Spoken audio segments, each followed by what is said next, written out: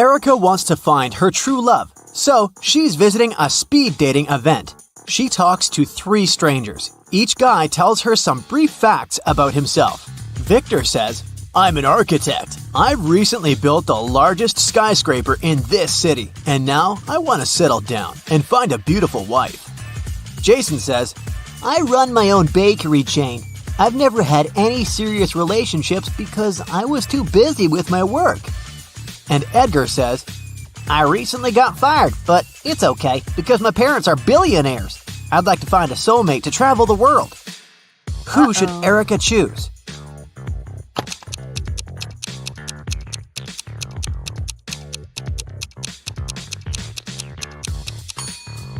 Take a closer look at Victor. His teeth are too sharp.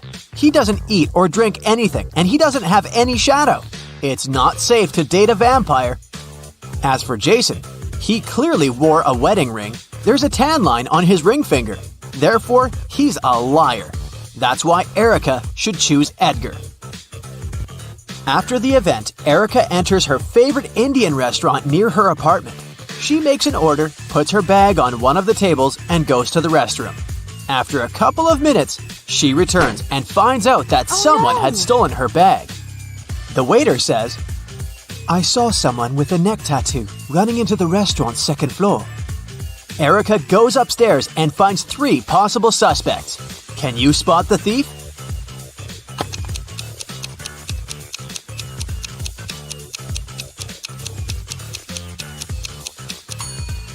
This lady is the only one who has a big enough paper bag to hide Erica's bag, and there's also a wig inside her bag. The next day, Erica invites Edgar over for dinner. She has some candies in the kitchen. They look similar but have 3 different flavors: 3 orange, 2 strawberry, and 5 grape candies. Suddenly, the lights turn off in the entire building. Now the kitchen is completely dark. How many candies must Erica take out to make sure she has at least 1 candy of each flavor?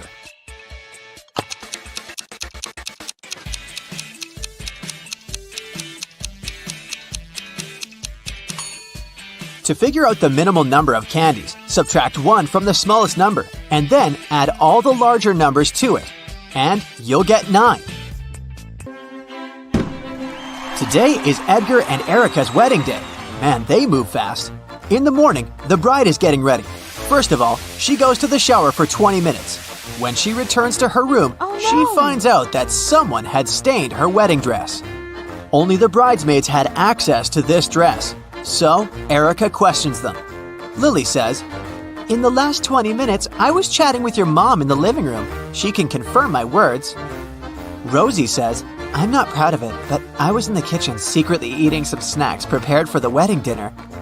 And Daisy says, "I've been dealing with a flower shop. They delivered the wrong flowers." Can you guess who stained the dress?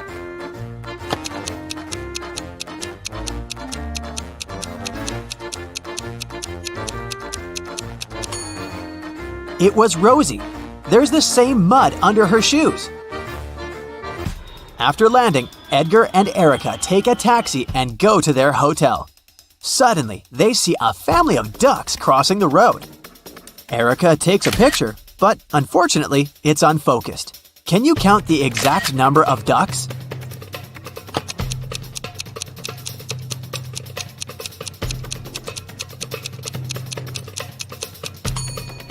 Let's take a look at one duck at a time. We can see 2 beaks, so there's another duck behind the first one. And here we have 2 little ducks near the bigger one. And this duck is single. So far, the overall sum is 6. This guy is not a duck, it's a goose. But there's 1 more duck hiding behind him, and 3 more over here. So the overall number is 10. Erica and Edgar arrive at their hotel. 4 employees greet them in the lobby, but one of them is an imposter. Can you guess who?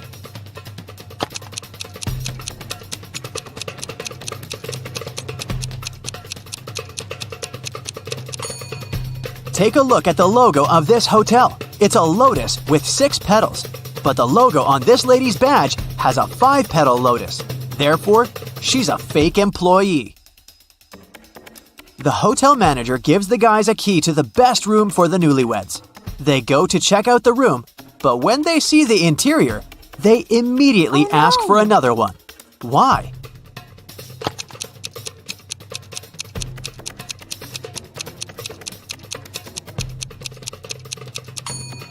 There's a transparent lizard crawling along the curtains. This potted flower has teeth, and someone is clearly peeping at them through the eyes of this portrait on the wall. There was an incident in a secret laboratory. One of the scientists released a substance that turned people into vampires. Detective Reed arrived at the scene to interview 3 witnesses.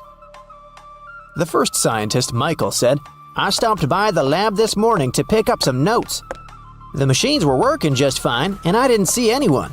I took the papers and left." The second scientist, Lindsay, said, "I closed the lab at night. One of the PCs was faulty, but I was very tired and decided to leave it till the morning. Unfortunately, I overslept." And the third scientist, Jennifer, said, "I got up early and went to the lab to check the devices. No one seems to have entered the room. I fixed one of the computers and left." Which one of them was lying?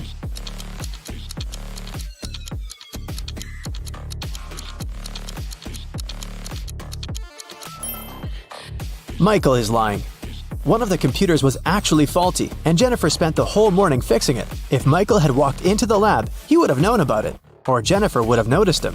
So he must have entered the lab after the others had already left. But why would someone release such a dangerous substance? Michael didn't want to confess, so Detective Reed decided to investigate the crime scene to find out who was behind this. Take a look at this picture. Is there anything suspicious?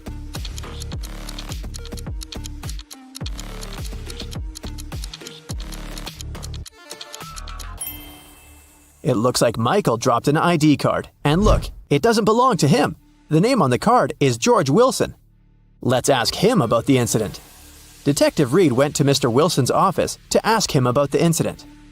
"Oh yeah, I gave my pass to Michael," Mr. Wilson said. "But that's only because I had left something in the lab. My glasses. I didn't have time, so I asked Michael to pick them up." Well, that's not a very clever excuse, but how can you prove the man is lying?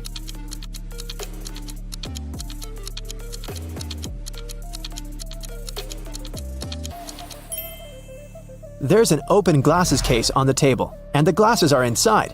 But Mr. Wilson, didn't you say that you left them in the lab? "Oh, did I say my glasses? Sorry, I meant my papers. I made this mistake because I asked my secretary Shirley to look for my glasses yesterday." Find something to prove Mr. Wilson is lying.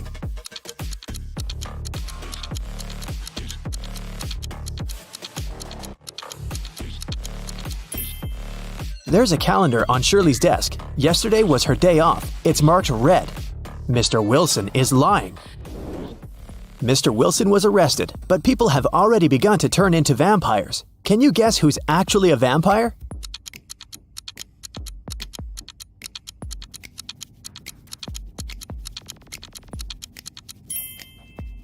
The woman on the right. She's putting on her makeup, but do you see? She isn't reflected in the mirror. Meanwhile, those who haven't turned into vampires gather everything they might need to survive. Which of these people is more likely to stay alive?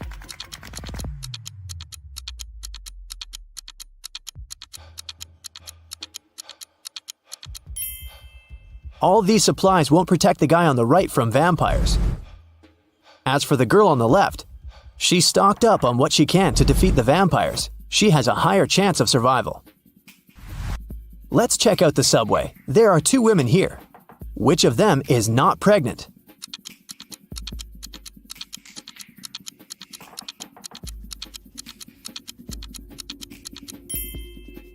The girl on the left is not pregnant. Look, her belly is of a very strange shape. That's because she has hidden her survival supplies under her clothes. Vampires decided to throw a party. Who among those present is actually an undercover human?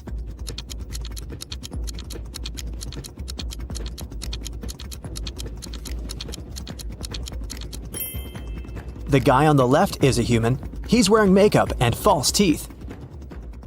Nikki is also trying to survive. She packed her things and decided to move to a neighboring town. But suddenly, a vampire charged at her car.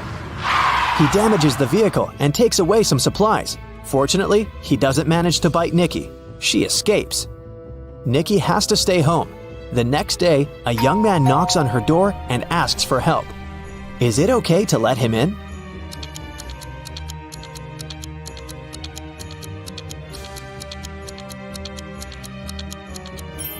Nope. He has the same scar on his cheek like the vampire from the day before. Nikki continues to hide at home. One day, some girl starts knocking on her back door. Please help! A pack of vampires is chasing me!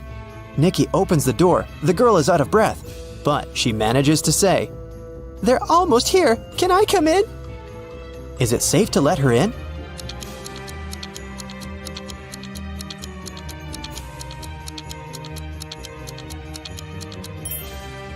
No! This girl is a vampire. Anyone in this situation would immediately run inside the house, but vampires can't come in without an invitation. Nikki was checking her house and suddenly noticed that there was someone in the attic. She approached the shadows. It was a father and daughter. Please don't kick us out. Sorry, we snuck in without permission. We've been trying to hide from the vampires. The father said, Is it safe to let them stay?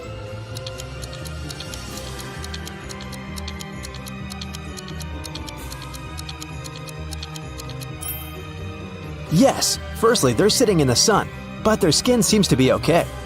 Secondly, they managed to enter the house without an invitation. That means they're humans. Nikki let them stay. Let's take a little break. Time for some quick riddles. Think fast. A vampire lived in a one-story black cottage. He had a black cat, a black fish, a black computer, a black armchair, a black desk, and a black phone. Everything was black. What color was the staircase?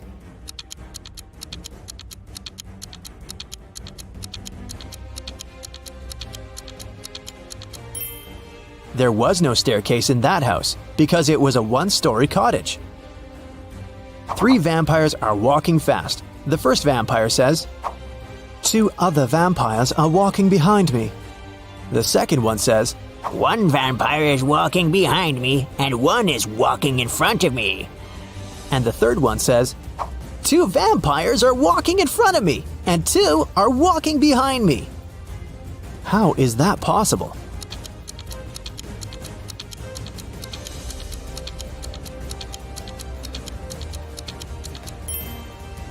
These vampires are walking in circles. Humans, vampires, and werewolves gathered in one mansion. There are as many werewolves as there are vampires. There are as many vampires as there are humans. How many creatures are there if 3 of them are werewolves?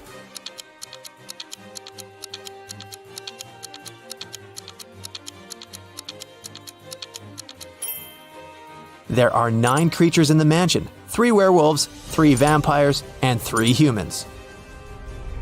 Now let's go back to Nikki and her adventures. Nikki, Peter, and his daughter Becky decided to go to another town together. It takes 2 days to get there. They drove all day until night fell. Now they have 3 options. First, they can continue driving until the morning, despite the fact that they may meet a lot of vampires along the way. Second, they can spend the night in the nearest cave with bats. And third, they can sleep in the car. Which option would be the safest for them?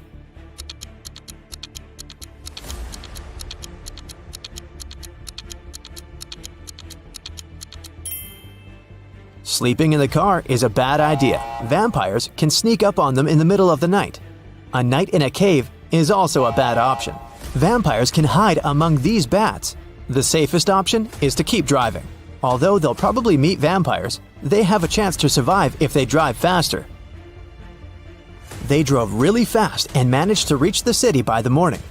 But when they got out of the car, they discovered they were surrounded by vampires. To escape, they need to choose one of 3 roads. On the first road, there's a pack of vampires. They're coming straight at the guys. There are wild hogs on the second road.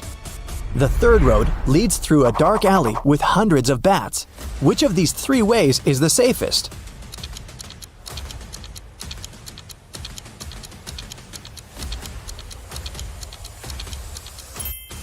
The second way is the best option because the sun illuminates it, so vampires can't follow Nikki and her new friends. Plus, these dogs don't look too unfriendly. The guys reach 3 stores. Now they need to decide which of the stores is safe to enter. Nikki, Peter, and Becky look through the windows to see what's inside. The first store is empty, but it seems to be full of traps.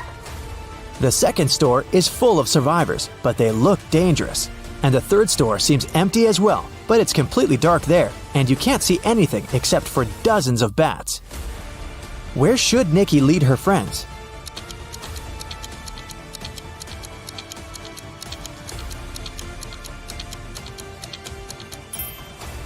The first store is the safest. If Nikki, Peter, and Becky notice these traps, then the chances are high they'll be able to avoid them.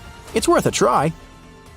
There's a man in the city who's trying to survive by hiding among vampires. Nikki spent a week photographing vampires to figure out who he was. Will you be able to see who is actually human in these photos?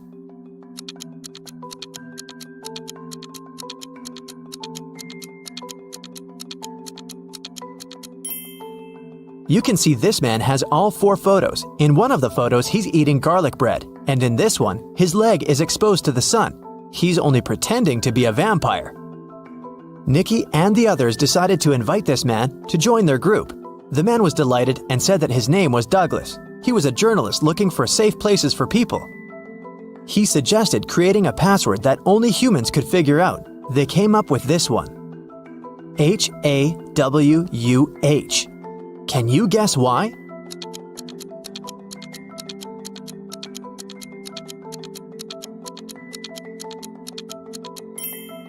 If you look at the reflection of this word in the mirror, you will see Huwan, or Huwan. Flip the letter W and you get the word human. But only those who get reflected in the mirror will be able to solve this puzzle. Nikki and her friends settle down in this town. Can you guess which of these houses belongs to Nikki, in which Peter and Becky live, and in which Douglas has chosen?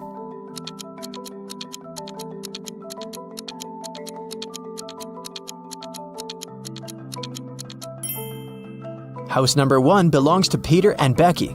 There are 2 bicycles next to it. House number 2 belongs to the journalist. Do you see his equipment? And the remaining house, house number 3, belongs to Nikki. Joshua and Jeremy were going on a hiking trip to Adventure Mountains. They were about to leave their room to catch their train, but there's something wrong here. Can you spot the oddity?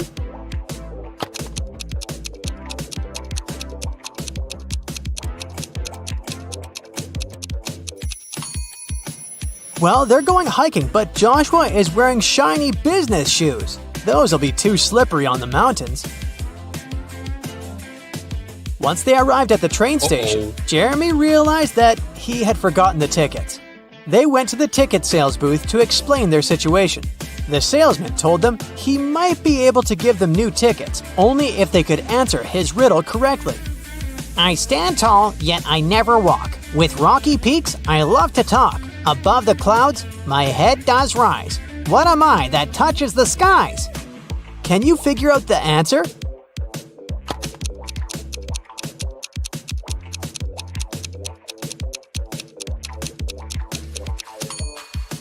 It's a mountain.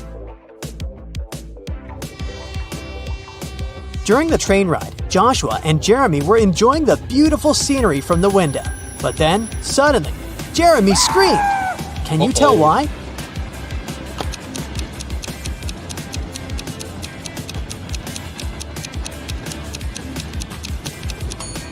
Take a look at the birds flying in the distance. Were you able to spot the small dragon flying with them? Well, Jeremy did. Joshua and Jeremy finally arrived at their destination. Before they started climbing up, they wanted to make sure their water bottles were full for the entirety of the hike. They saw 3 different drinking fountains from where they could fill their bottles. Take a look at them and tell me which ones they should pick.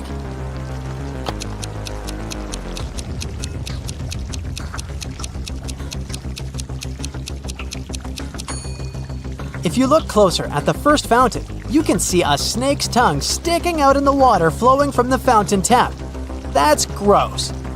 and the second fountain's water has a slightly yellow hue. That's a no from me, so they should pick the third fountain. Jeremy and Joshua were finally ready to begin their hike. There were 3 different hiking trails they could follow. They wanted to choose the longest trail to be able to spend more time on the mountain. Take a look at the hiking trail map. You have 10 seconds to tell me which trail is the longest.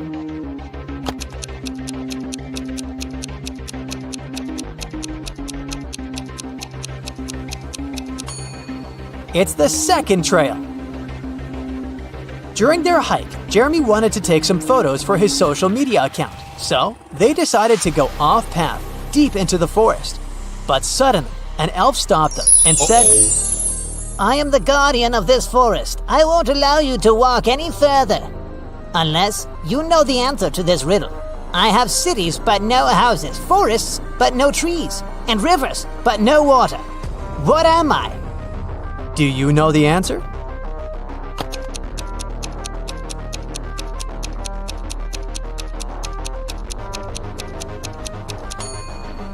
It's a map. It became dark before Jeremy and Joshua could get back on the hiking trail. They decided to spend the night in the forest just in case. Can you help them pick which tree they should build their tent under?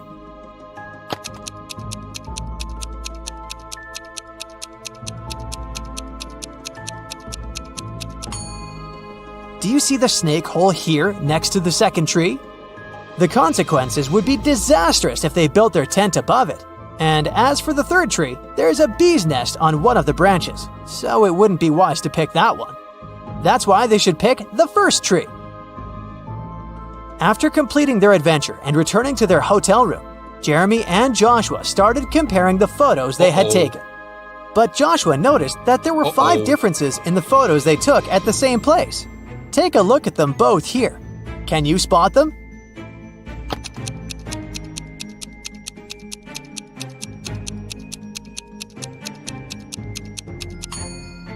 In the first photo, the mountaintop view is covered with snow, but that's not the case in the second photo. Secondly, the logo that Jeremy's t-shirt has in the first photo is different in the second photo. Thirdly, in the second photo, a pair of glowing eyes can be seen in between the trees, which doesn't exist in the first photo. Creepy. As for the fourth difference, in the first photo, Joshua is holding 2 of his trekking poles. But in the second photo, he's only holding 1. And lastly, in the first photo, there are 2 cable cars riding to the top of the mountain. But in the second photo, there's only 1. Arya's favorite pop star, Peyton Swiftly, was coming to town to give a concert, and Arya really wanted to go. Unfortunately, tickets were sold out very fast, and Arya couldn't get one. However, after one of the ticket buyers returned their ticket, the ticket website announced they would give the ticket for free to the person who knew the answer to this riddle. I'm full of keys, but I can't open any locks. What am I? Can you help Arya out?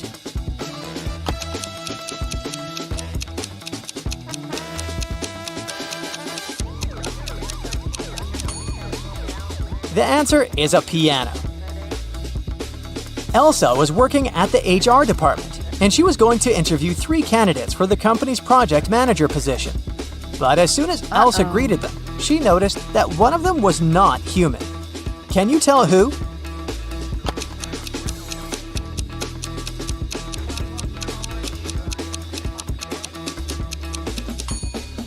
It's the second guy. He's not blinking at all.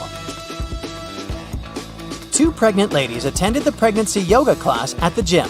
But as they were preparing for the class, the yoga instructor noticed that one of them was actually a robot working undercover to study humans. Can you guess who?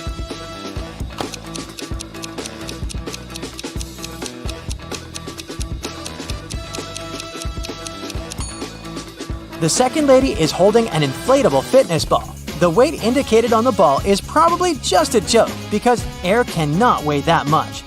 Meanwhile, the first lady broke the scales. She's very petite despite being pregnant. If she was a human, her weight wouldn't be able to break these scales.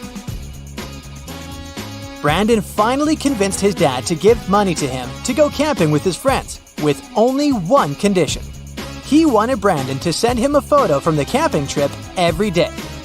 But the first day he sent him a photo, his father could tell that Brandon lied to him, and he didn't go camping at all. How did he know?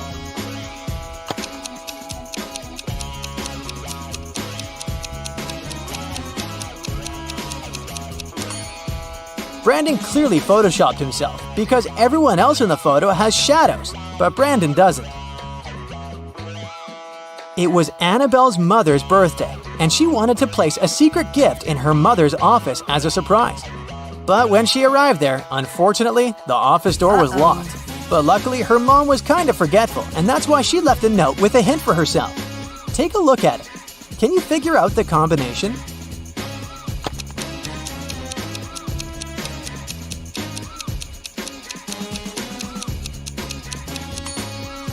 Each number is the number of lines in the respective letter. There are 3 lines in the letter K. There are 2 lines in the letter L. There are 4 lines in the letter E, and there is only 1 line in the letter I. So, following the same logic, there are 4 lines in M, 2 lines in V, 3 lines in Z, and 3 lines in F. That makes the combination 4, 2, 3, 3. Casey wanted a new hobby for herself, so she decided to learn knitting and crocheting. She went to the crafting store to buy supplies. For her beginner's project, she needed to buy a green yarn, size 7 knitting needles, and a pattern book. Take a look inside the store. Can you help her find all these items?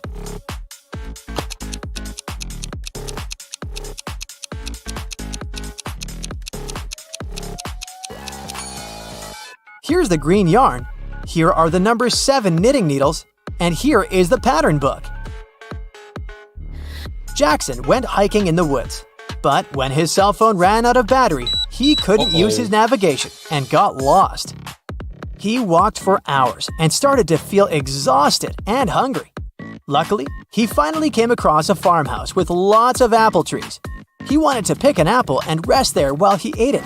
But then, suddenly the owner of the farm stopped him and said, "This is private property. You're stealing my fruits. But I'll let you eat that apple if you can answer my riddle correctly. I can fly without wings. I can cry without eyes. Wherever I go, darkness follows me. What am I?"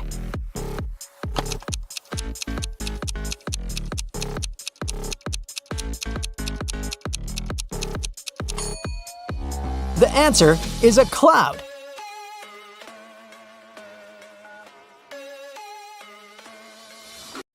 Uh-oh. Tommy was exploring old caves outside the city when he got trapped in a mysterious dungeon. There were 3 ways out, but only one of them was safe. Behind the first door, a fire was raging. Behind the second door, there was acid rain, which could melt any substance within seconds. Behind the third door, there was a huge brown bear that hadn't eaten for 2 years. Which way should Tommy choose?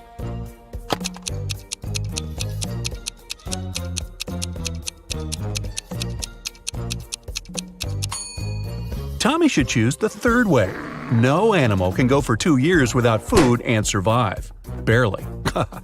It was a stormy day, and it had been raining for several hours straight. A car accident happened in a tunnel. The yellow car crashed into the red one. The driver of the yellow car said it had been raining so heavily he hadn't seen anything, so the accident wasn't totally his fault. But the police asked the man to stop lying and claimed it was all his fault. Why?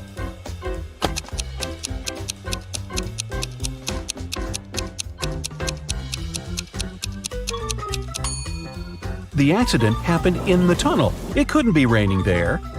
Mrs. McAdams, who was having a day off with her friends, came back home in the middle of the day to change her clothes. There, she found out that her daughter, Eveline, who she'd grounded, wasn't at home. Mrs. McAdams got angry and texted Eveline, asking where she was. Eveline texted her back, saying she was at school. The girl even attached a picture of the classroom. Mrs. McAdams didn't believe her daughter and told her to come home immediately. How did she understand Eveline wasn't at school?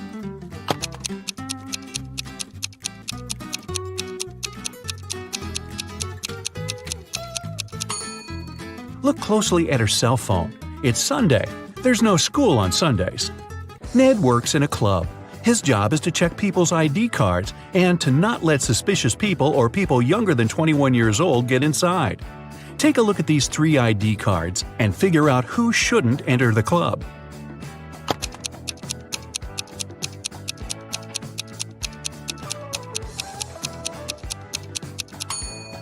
The first person is already 21, and nothing else looks suspicious in his ID. The second girl seems alright too. It's written that Brielle was born on September 31st. But such date doesn't exist. Her ID must be fake. Mrs. Cabell is the owner of a small company producing expensive designer cups. On Friday, when the working week was finally over, she got a call from her bank. The woman found out that someone had stolen all the money she had saved. Mrs. Cabell realized it must have been one of her workers, so she asked each of them what they had been doing that day. Sloan, a sales manager, said she had been talking to their clients and looking for new ones. Atticus, a potter, said he always made 1 cup a day, and he showed all the cups he had done that week.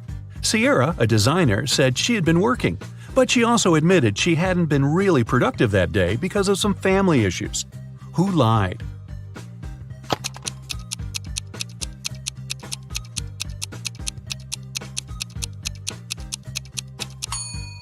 Atticus. There are 5 working days in a regular week. The man said he made 1 mug a day, but he only showed 4 mugs. It means he missed 1 day of work. Lennox and Finn were friends living in the same college dorm. One day, Lennox reported that something had happened to his friend. He said Finn hadn't left his room all day. He also never responded to any of Lennox's texts. In the evening, Lennox started to worry and knocked on Finn's door, but the guy didn't answer. Lennox peeked through the keyhole and saw that his friend was lying on the floor, so he called the police. After that, Lennox got arrested. Why?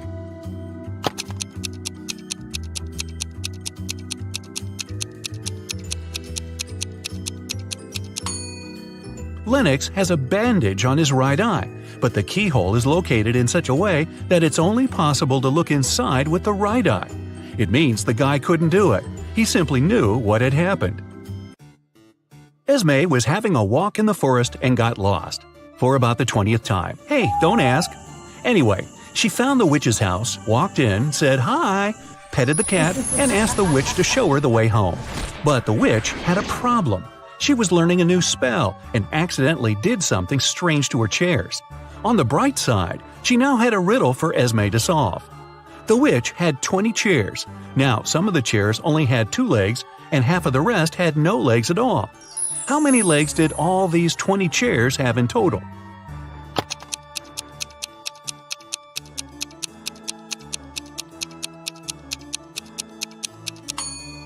We know that some of the chairs have, on average, 2 legs per chair. The rest of them have either 4 legs or no legs at all. And since half of the rest have no legs and the other half have 4, together they have 2 legs per chair. So there are exactly 40 legs. Mr. Tucker was a businessman. He wanted to find an interesting hobby to impress people. He chose art, even though he knew nothing about it. Still, he kept buying paintings and even owned a couple of famous masterpieces. He liked to invite his potential business partners over to show off his collection. One day, his guest was Miss Geneva Darby, a young lady who owned a jewelry business. As always, Mr. Tucker boasted about his collection, but Miss Darby wasn't impressed. Why?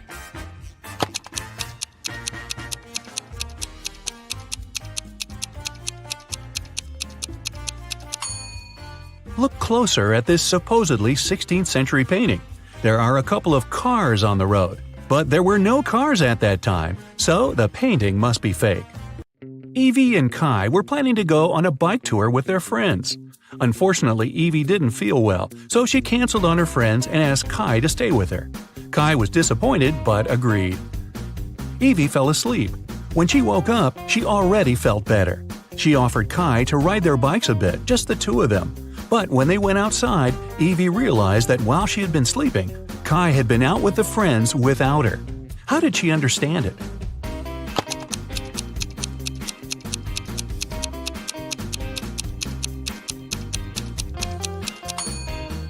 Look, Evie's bike is all wet. It must have been raining while she was asleep. But Kai's bike is dry. It means that he used it and then wiped it off. Or maybe he wasn't even in the area when it was raining. 2 weeks ago, a bank was robbed, but the robber hadn't been found yet. A phone call woke Detective Callum up in the middle of the night. His colleague reported that a farmer had found the money. When the detective arrived, he questioned the farmer. The man said, "I argued with my wife and went outside. That's when I found a bag with money in a cornfield." Detective Callum asked if the farmer had noticed anything suspicious before. The farmer replied, "About 2 weeks ago, before going to bed, I looked out of the window. I saw a man walking through the field. It was a full moon and I could clearly see his silhouette. But there wasn't enough light to notice more details about him." The farmer was arrested. Why?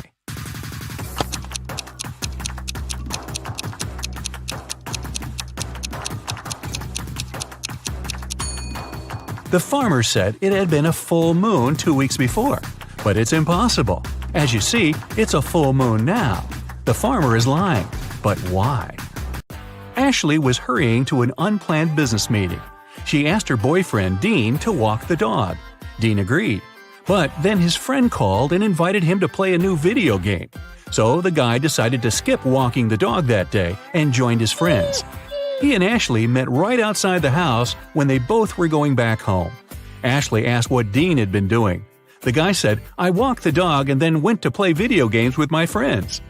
Ashley immediately understood he was lying. How did she figure it out?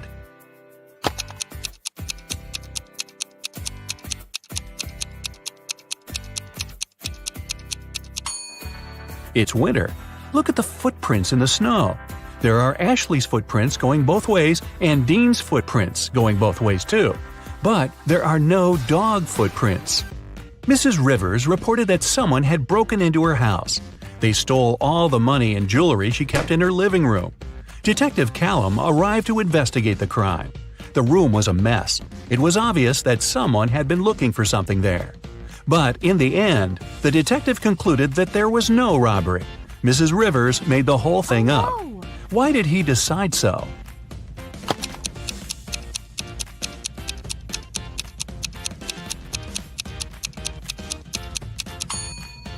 Look at this very expensive and fragile tea set lying on the floor. If a criminal had really been there, he wouldn't have cared about the set. It would be smashed after falling down. It seems that when Mrs. Rivers was staging a robbery, she didn't feel like breaking her expensive tea set. Viviana and Malcolm were working outside. Malcolm was repairing the roof, and Viviana was working in the garden. Suddenly, a hammer fell from the roof and hit Viviana on the head. She was taken to a hospital, and the police came to figure out what had happened. When Malcolm told them everything, the police arrested him for staging an accident. Why didn't they believe the guy?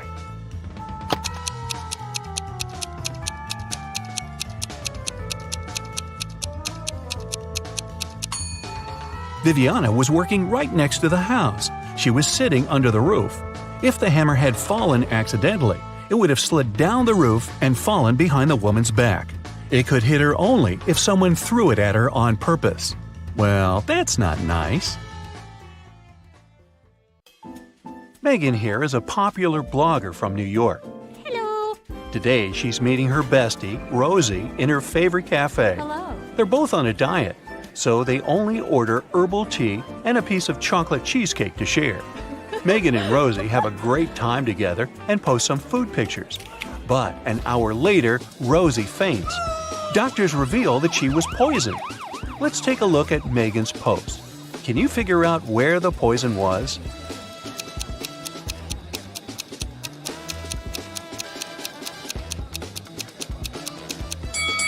Rosie put sugar in her tea, and Megan didn't, so the poison was in the sugar packet.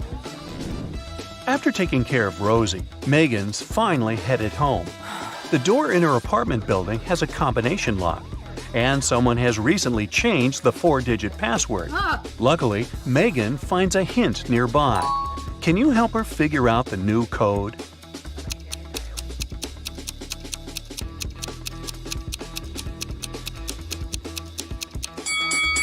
Multiply the first and last number.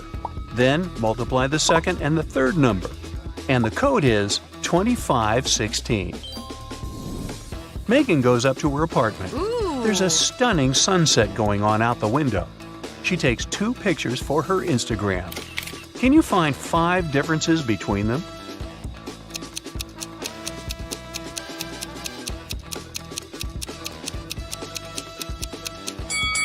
Ready to see the differences? Here they are. Megan decides to eat some snacks and watch the videos of her favorite bloggers.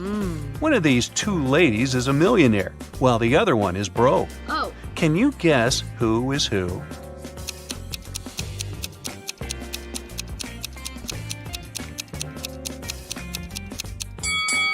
The second lady is broke. Can you see the Eiffel Tower and Big Ben in the background? She can't be in Paris and in London at the same time, can she? So her photo is fake, as well as her fancy lifestyle. Megan gets some cheesy comments from one of her subscribers, What? Evil Eye. But she doesn't take it seriously. She spends a great night with her friends. Late at night, Megan is walking back home alone. Suddenly, Evil Eye appears right in front of her. He grabs Megan and puts her into the trunk of his car. Megan faints. After a while, she wakes up in a basement and sees her fan drawing some sort of a flower on the floor. He says, "2 letters are missing here. Guess which ones and I'll set you free. If you don't, you'll stay here forever." Can you help Megan out?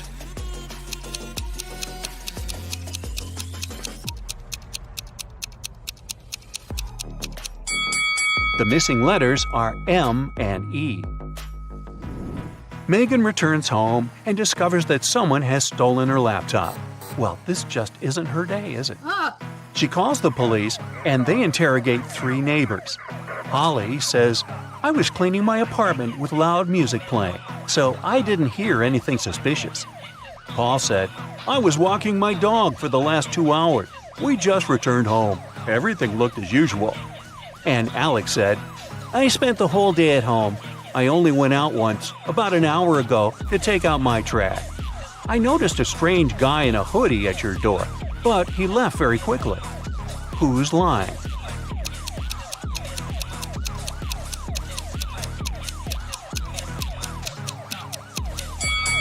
Alex.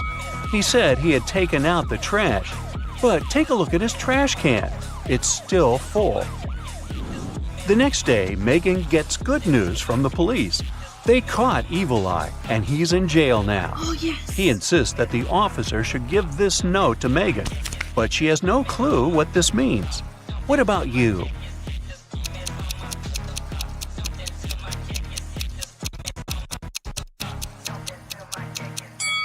Ready to see the solution? The note literally says, "Jailbreak at 11 a.m. Yay! Megan's favorite blogger has just posted a "What I Ate in a Day" video. Oh, yes. See if you can spot anything odd here.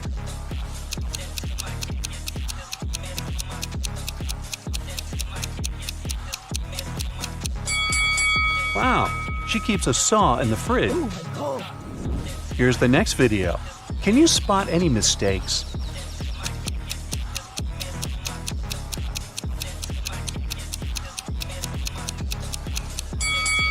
Yep, this rainbow is fake. Today is Megan's 30th birthday. She's been preparing for a party for weeks. She bought a beautiful dress, cooked plenty of food, and decorated the apartment. A lot of friends are invited, including Megan's boyfriend, Jeff. Before the event, he calls Megan, saying, "I'm in the office right now, but I promise to be at your place at 8 o'clock. Jeff comes home at 8:05. He brings flowers, a birthday cake, and a diamond necklace. But Megan is really mad. She throws the flowers into his face and bursts into tears. Why?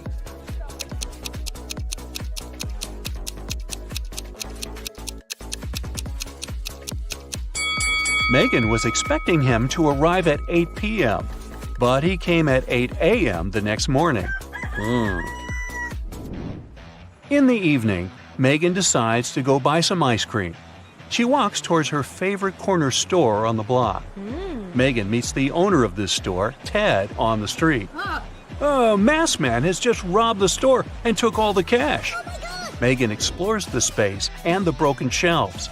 Then she says, "I don't think it was just an ordinary robbery. The thief must be your enemy." Oh, really? How did she know?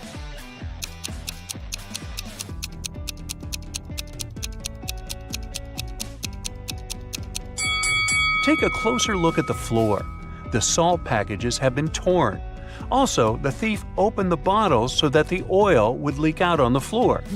Why would an ordinary thief waste time opening the bottles? Therefore, they had an intention to cause as much damage as possible. Megan takes Ted out for coffee to cheer him up. The waiter brings them 2 identical servings. Well, almost identical. Can you spot 3 differences between them?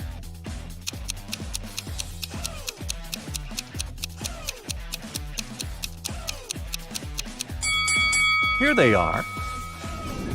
Megan gets an invitation to a fancy party for bloggers. Yes! Only those who can crack this maze will actually find a way in. Can you help Megan reach the party?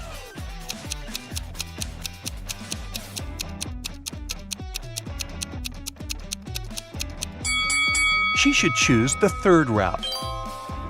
Megan reaches the final destination. There are 3 doors, all covered with graffiti. Can you help her guess where the party is taking place?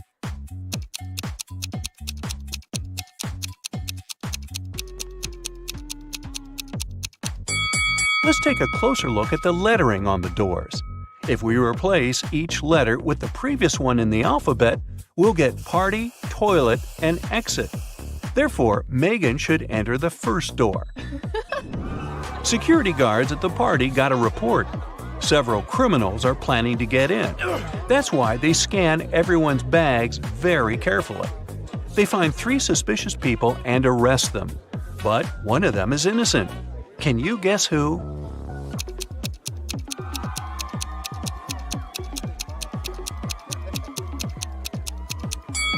The second lady carries too many phones in her bag. A couple of smartphones and one old-fashioned button phone. As for the third guy, why would a bald man need shampoo at a party?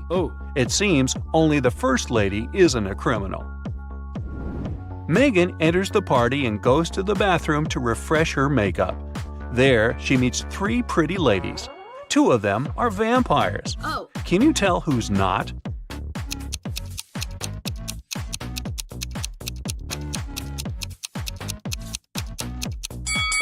This lady who's standing next to Megan is a human because she has a reflection. Therefore, the 2 others are vampires. Megan wants to rent a cozy cabin to spend a weekend in the woods. She's looking through a special app and finds 4 available options, but only one of them is safe enough. Can you help Megan make the right decision?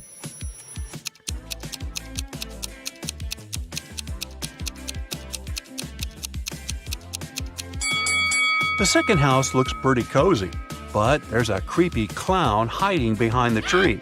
And the price is suspiciously low.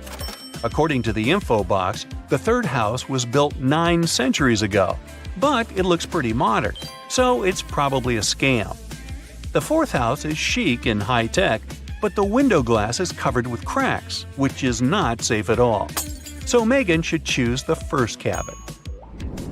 Finally, it's the weekend. Megan hits the road to go to the cabin. On the way, she makes a stop to visit the local farmer's market. Megan picks some lemons. She wants to pay, but her phone is gone. She interrogates 3 people standing nearby. Kim says, "I didn't touch your phone. I was too busy selling my tomatoes." Magna says, "I was taking pictures of my shop for social media. See for yourself if you don't believe me." And Bianca says, "I think it was Kim. Her business has not been going well recently." After hearing what they had to say, Megan knows for sure who's the thief.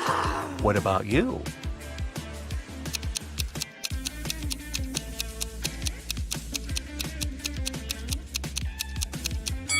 Check out Magnus's basket with vegetables.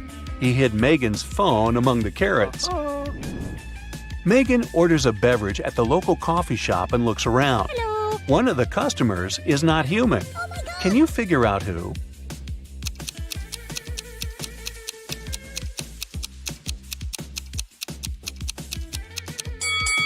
the waitress. Her eyes are blinking red. Maybe she didn't get a tip. Jill and Jim live in the US. One day, Jim goes on a business trip to Europe. Jill misses him very much, so she calls him up. She asks Jim to take a selfie and send it to her. He agrees. Jill gets furious as soon as she sees the picture. Jill: "You're a liar." How did Jill figure it out?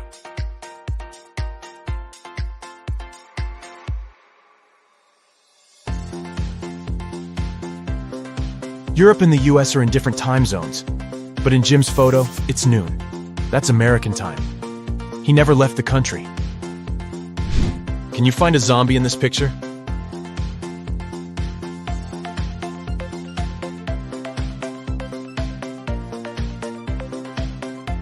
Over here. What about this ski resort? Can you spot any zombies?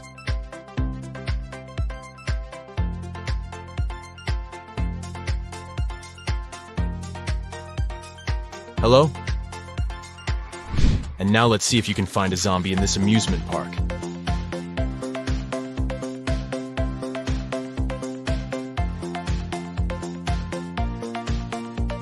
It's hiding over here. The biggest bank in town was robbed last night. The local police investigate this case and find 2 suspects. They go to search their houses. The officer sees a clue and figures out who the criminal is. How did he guess?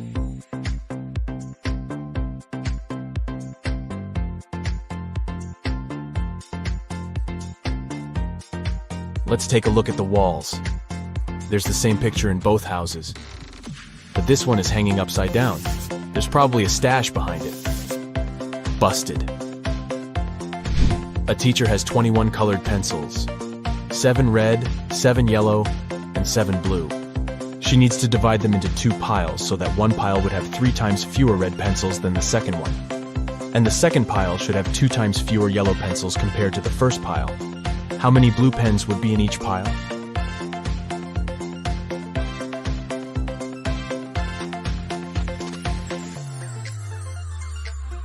Zero. The teacher had 21 pencils, not pens. Can you rearrange these crayons and make 4 triangles? To solve this mystery, you gotta think outside the box.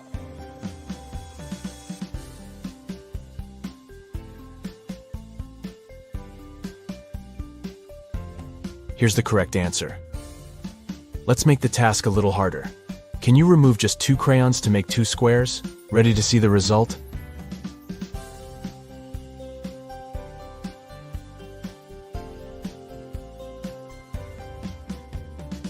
There you go. Donna goes to a supermarket and spots something weird. 2 of these women are pregnant, but one of them just stole a watermelon. Can you guess who?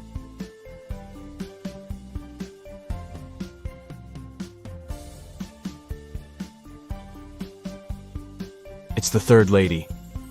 She's wearing high heels, not what pregnant women would wear to a grocery store.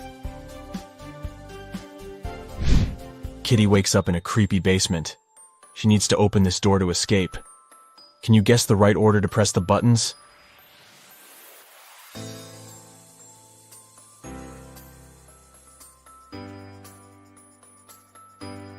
Kitty needs to make the word unlock from the first letters of each emoji. Therefore, she should press the buttons in the following order: unicorn, nose, lobster, onion, cactus, kiss, and voila. Today is Cassie's birthday. She brings a cake to work to celebrate with her colleagues, Stan, Gemma, and Rosie. Cassie unpacks the cake in the office kitchen. Suddenly, Granny calls, and Cassie goes outside to talk to her.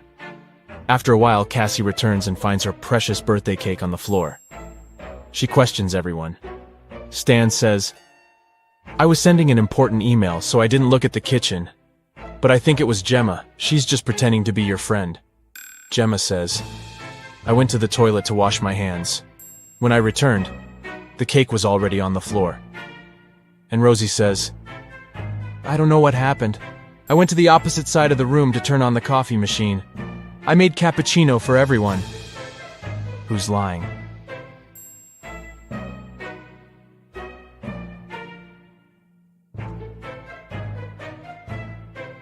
The coffee machine is off, and all the coffee mugs are empty. Therefore, Rosie lied. She was busy doing something else while Cassie was away. Detective Bold is having lunch at his favorite cafe. He looks through the window and sees his neighbor Zelda rushing home. They both live next to the cafe. Suddenly, Zelda runs back and approaches the detective. Zelda: "Please help me. My apartment was robbed while I was out. I didn't touch anything. I just ran here right away to find you." Detective Bold goes to see the crime scene. He looks around and says, "Stop fooling around, Zelda. There was no robbery." How did he know?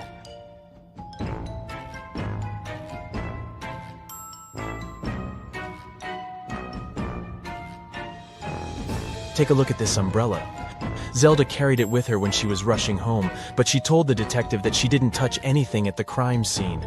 She just threw her stuff around the room to make it look like a robbery.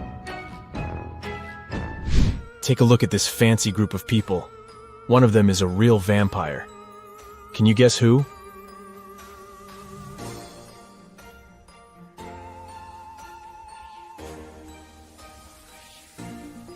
It's the second guy. The first guy struggles with drinking this reddish beverage. The lady is just wearing a cosplay costume.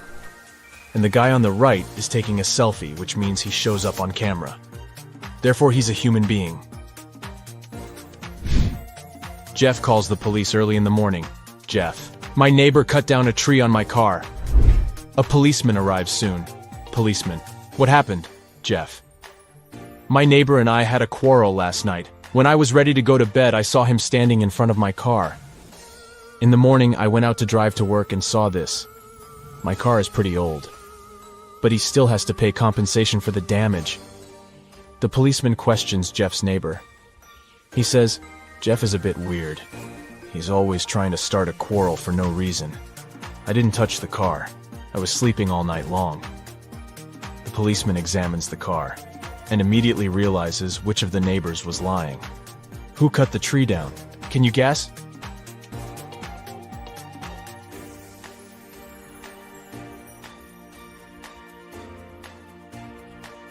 Jeff. He cut down the tree with this axe and then tried to put the blame on his neighbor to hit him up for money. Mike is an astronaut. His team consists of 2 other people. They're twins, Rob and Bob. They go to Mars for a month to study the local life forms. Time flies by quickly, and today they have to return to Earth. Mike goes to say hi to his little crew, but he finds 6 identical people in the spaceship. Mike realizes that the Martians can take any shape. Whom should he take back to Earth?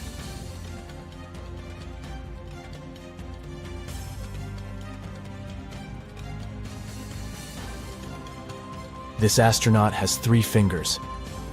This guy's hair color is different. This imposter has forgotten to put on human ears. And this guy has different eye color. So the real Bob and Rob are over here. What's wrong here?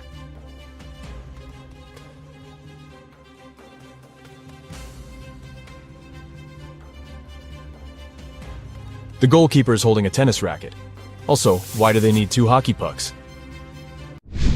Shelley downloads a dating app hoping to find new love. She likes several guys.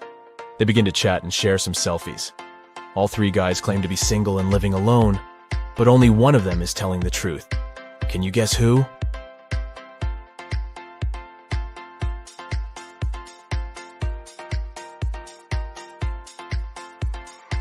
The first guy sent Shelley a selfie from his bathroom. He's wearing a bathrobe, but there's another silk bathrobe hanging in the background. It's pink and small. Why would he need it if he's living alone? And the second guy is obviously fond of jewelry. He's wearing a ring on each finger, including the ring finger. So he's probably married. Only the third guy is telling the truth. And Shelley should give him a chance. A dangerous criminal escapes from prison. The police are chasing him, and the trail leads them into a small village.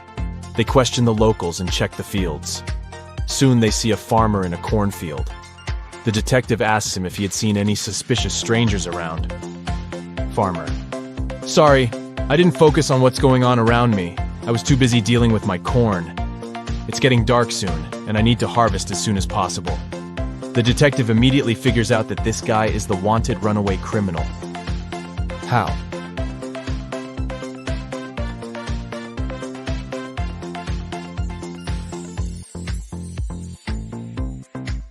Corn is not harvested like this, so he can't be a real farmer. Can you see any odd details here?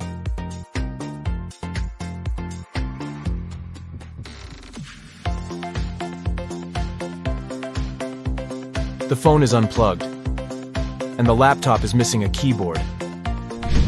Can you spot anything odd?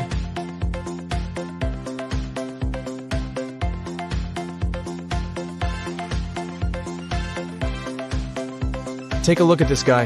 His fishing style is pretty weird. What about this scene? What are they doing wrong?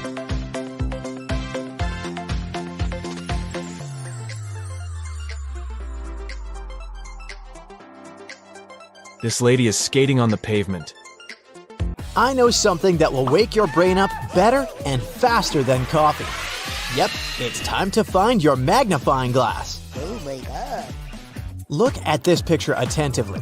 What's wrong here?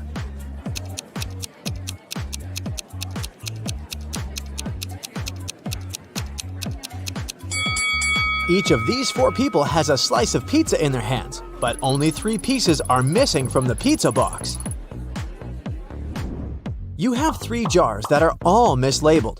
One jar contains apples, another contains oranges, and the third jar contains a mixture of both apples and oranges. You are allowed to pick as many fruits as you want from each jar to fix the labels on them. What is the minimum number of fruits that you have to pick, and from which jars to correctly label them? Yeah.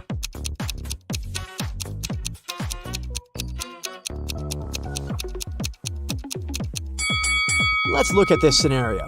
You pick a fruit from the jar labeled apples and oranges, and you get an apple. That means that the jar should be labeled apples. Now, the jar labeled oranges has to be labeled apples and oranges. As it can't contain oranges, and we've already got the apples jar, a similar scenario applies if it's an orange you take out of the jar labeled apples and oranges. So, you just need to take one fruit from the jar, apples and oranges, to label all the jars correctly. A farmer once challenged an engineer, a physicist, and a mathematician to fence off the largest amount of area using the least amount of fence. The engineer shaped his fence like a large circle and said it was the most efficient way. The physicist made a long line and said that fencing off half of Earth was the best. The mathematician laughed at them and showed his design, which beat the others. What did he do?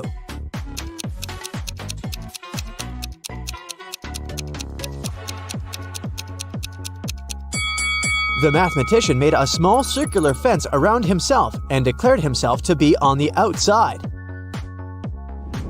Every day after work, Jack arrived at the train station at 5 p.m. His wife left home in her car to meet him there at exactly 5 p.m., picked him up, and drove him home. One day, Jack got to the station an hour early and started walking home. He was walking until his wife picked him up along the way. They got home 30 minutes earlier than usual. How long was he walking?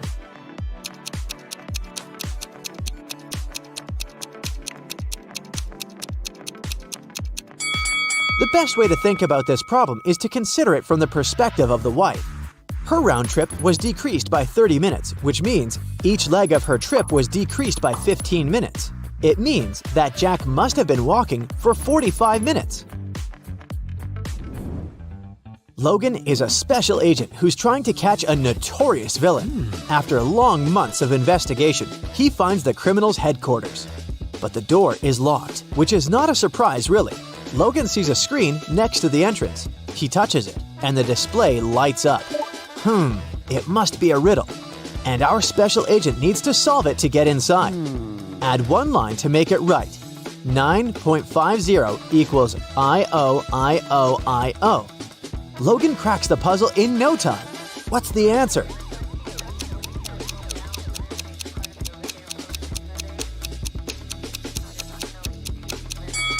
$9.50 equals I-O-T-O-I-O. The door opens and the man steps into a dark corridor.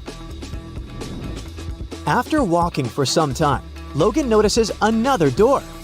A code lock again. The man also spots a calendar hanging on the wall. At the bottom, there are several letters, M, F, W. After connecting the dots, the special agent figures out the code. What is it?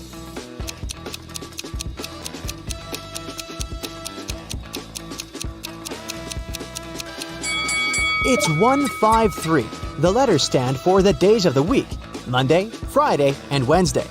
Monday is the first day, Friday is the fifth, and Wednesday is the third one. Oh yeah. Look at these two families. Which one is fake? What do you think?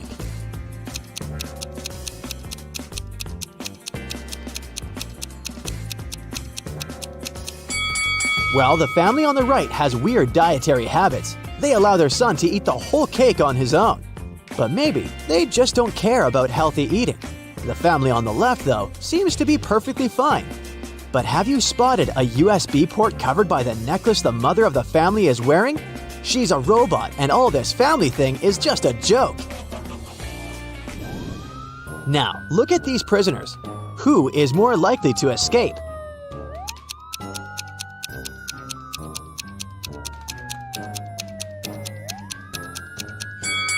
Huh, gotcha. Neither of them. The one on the right will be stopped by the prison guard, while the one on the left will end up face to face with these pretty unfriendly dogs. How about these girls? Which one lacks common sense?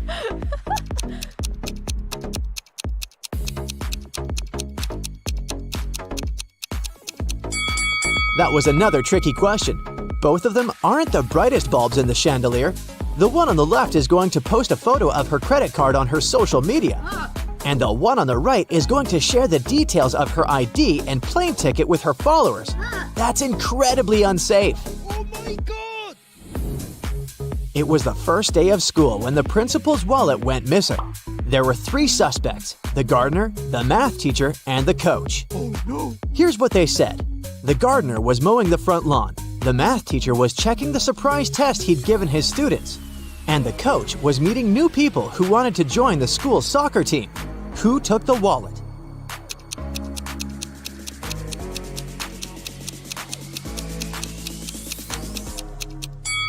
It was the math teacher. No one gives surprise tests on the first day of school.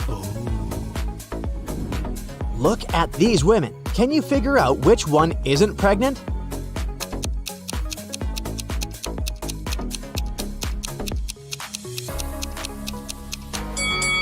It's the woman on the right. Her belly is strangely shaped, and something seems to be moving under her clothes. Ugh, creepy. One day, the emperor asked his general what he should choose if he was offered either justice or a lot of gold. "I'd choose the gold," the general answered without hesitation. The emperor was taken aback. Oh. "I would have been disappointed even if this was the choice of a servant," the emperor said. But coming from you, it's not only disappointing but also shocking and sad. But the general justified his answer to the enraged and hurt emperor without a problem. What did he say?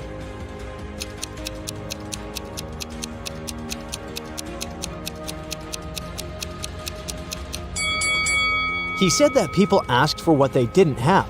"Under your majesty's rule," he then added, "justice is available to everybody. But I am a spendthrift and always short of money. That's why I said I would choose the gold." The answer pleased the emperor, and his respect for the general was restored. The police arrived at a ski resort early in the morning. At night, someone attacked the manager of the hotel, and he was taken to a hospital, still unconscious. The police suspected 3 people: Laura, James, and Arthur, who had arrived the day before. The officers inspected their rooms, and here's what they found. Look at these things attentively and try to understand who attacked the manager.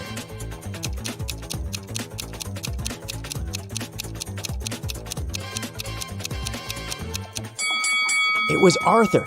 Look, he doesn't have any warm clothing, which means he didn't come for skiing. Oh no! Allison is a big boss in an international company. One day, she's hurrying to an important meeting when she notices the documents she needs haven't been printed out, but she's asked at least 3 of her subordinates to do it. Ian says he's just returned from the supermarket because they've run out of coffee beans. Robert claims he's been terribly busy drafting a new contract. And Alice answers she's been in the kitchen, preparing snacks and making coffee for the meeting. Who's actually forgotten about the task and is making up excuses at the last moment?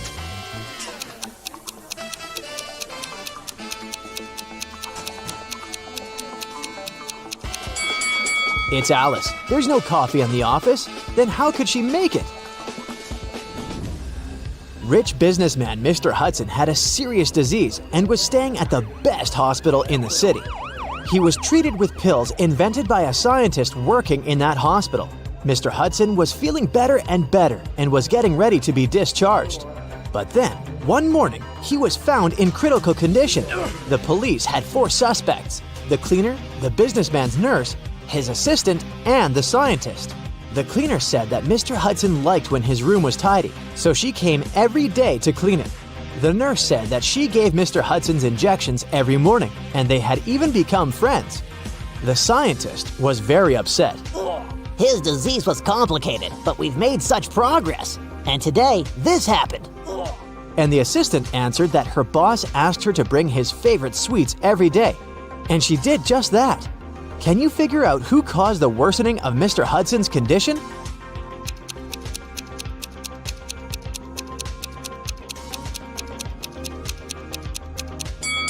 It was the nurse. Mr. Hudson was treated with special pills. What injections is she talking about? What? Harrison was walking home when someone threw something at him and knocked the guy out. When he came round, he found himself in a room with 4 doors and a tiny window. Harrison opened the window, but it was too small for him to squeeze through. Suddenly, the guy spotted a piece of paper lying on the floor. It was a note that said, "Only one door leads outside. The other 3 doors don't lead anywhere. You can try to open just one door and only once. If you don't succeed, all of them will be locked forever." Harrison thought for a while and made the right choice. How did he figure out which door was the one he needed?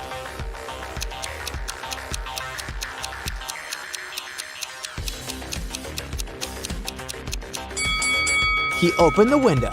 This created a draft. The guy checked the keyholes and felt some cool air coming from one of them. It was the door to freedom.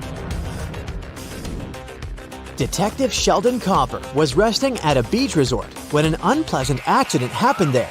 Someone pushed elderly Mrs. Stevenson into the swimming pool when there was no one around. But this someone didn't know the lady was once the best swimmer at her university, and she never stopped practicing. So it wasn't difficult for her to cross the swimming pool and get out of it at the other side.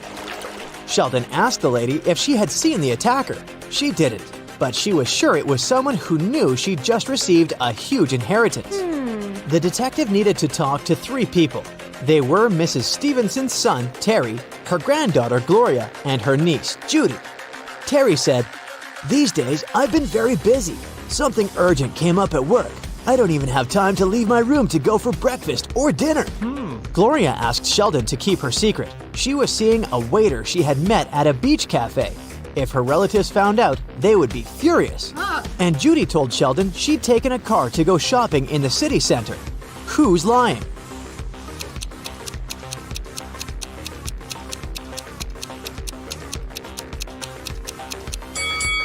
Terry. The man looks sunburned. But how can it be if he hasn't left his room for days? Jaden bought a beautiful ring for his girlfriend. He wanted to propose to her at the weekend. He left the ring on his desk at home and went to work. But when he got back in the evening, he didn't find the ring. Only his 3 sisters were at home that day, and none of them liked his girlfriend. He went to question each of them. Mia was in her room. She said she'd spent the whole day there painting the walls. Emily was in the kitchen. She answered that she'd been cooking a birthday cake for her friend. And the youngest, Nora, was in the garden. She said she'd been planting roses. It didn't take Jaden long to figure out who had taken the ring. Do you know who it was?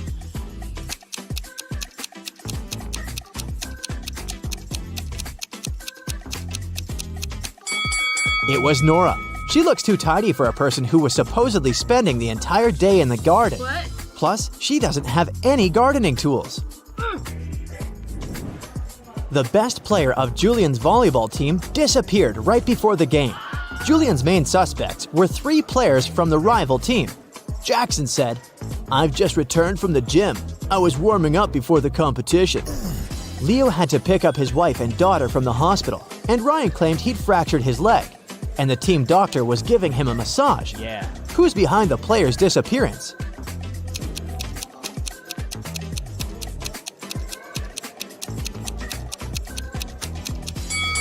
It's Ryan. Getting a massage when your leg is broken? Really? Can you figure out the answer to this rebus riddle?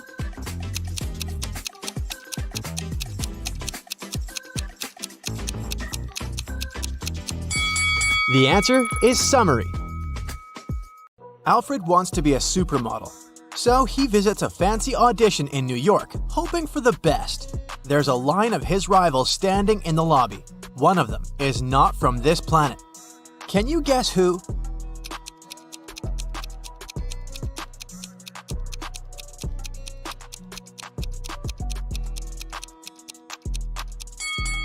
This guy with the snake eyes. Daisy, the photographer, invites Alfred to her studio to take some shots. After a couple of days, she receives printed pictures and freaks out. Why?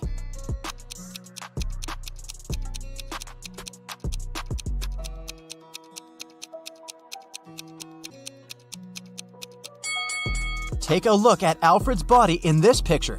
Both of his feet are right. Amazingly, Alfred gets his dream job. A famous magazine invited him to shoot their cover. He arrives at the studio early to get ready. Before the start of the photo shoot, Alfred looks in the mirror. Gross! There's an allergic rash all over his face. Alfred interrogates 3 suspects. The assistant says, "I was told you're allergic to peanuts and berries, so we've prepared only safe snacks." The makeup artist says, "I didn't touch your food. I put on your makeup and left for a coffee break." And the cleaning lady says, "I know how sensitive models are. That's why I only use organic, hypoallergenic cleaning products." Can you guess who's guilty of Alfred's allergy?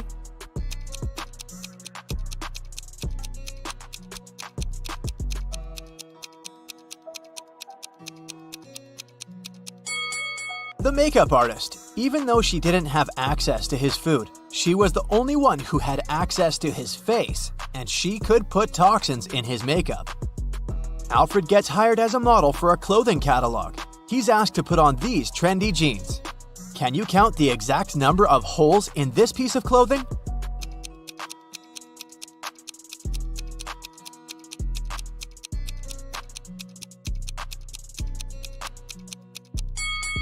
These 2 holes go through the pant legs, so in fact, these are 4 holes, not 2.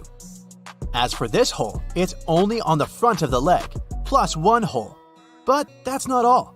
These jeans also have 3 more holes, 2 on the bottom of the pant legs and 1 on the belt. So, the correct answer is 8. Alfred stayed late in the studio to write a post, and now he's finally going home. He walks along the dark hall of the office building. Suddenly, Alfred hears someone screaming for help. The voice comes from the broom locker. He opens the door. "Daisy, who closed you here?" Daisy replies, "I have no idea. I went to the 8th floor to eat in a Chinese restaurant, but it was closed for maintenance all day. So I decided to go home. Then, someone put a garbage bag on my head and locked me in here." In the morning, Alfred interrogates 5 suspects. The cleaner says, "I was washing the windows on the 8th floor." The makeup artist says, "I was cleaning my brushes in the bathroom."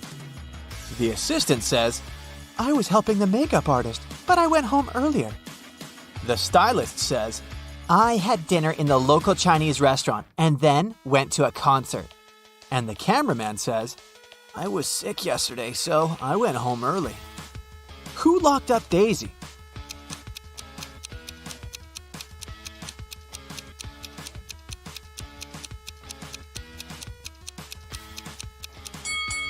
The stylist. The Chinese restaurant was closed yesterday. The 6 friends get trapped inside the cave. Unfortunately, they had left all the food in the camp. That's why they're starving while waiting for the rescue group to arrive. Suddenly, Alfred finds 5 cookies in his pocket. Can you find the easiest way to divide these 5 cookies among 6 people equally?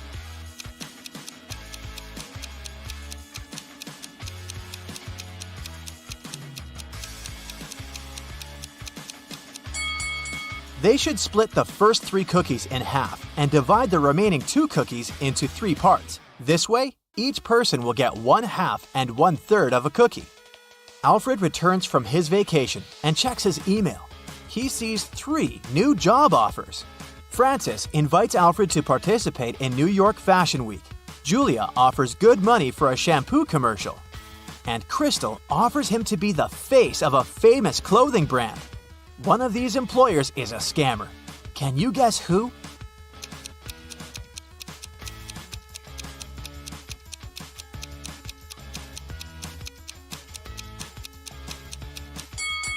Crystal, the spelling of the brand Gucci is wrong. Alfred arrives at the shampoo commercial filming spot. He enters the dressing room and sees his actress partner, Amber. She has a short, messy haircut. Amber yells, "I took a 30-minute nap and someone has cut my beautiful long hair!" Alfred asks 3 suspects one question. What were you doing the last 30 minutes? The makeup artist says, "I was streaming a backstage video for my followers." The guard replies, "My coffee break started 30 minutes ago, so I went to the vending machine and bought hot chocolate. But then I received an assignment to catch a stranger with scissors. I kicked him out and returned to my workplace." And the stylist says, "Oh, I spent the last 20 minutes in the toilet. I shouldn't have eaten seafood for breakfast." Can you help Alfred spot the liar?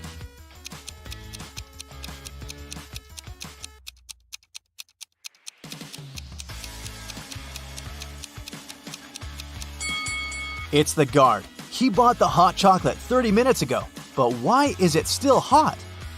Alfred arrives at the Fashion Week. He's staying in a hotel with a roommate, Billy. Alfred takes a brief look at Billy's suitcase and spots 3 weird details right away. Can you see them too?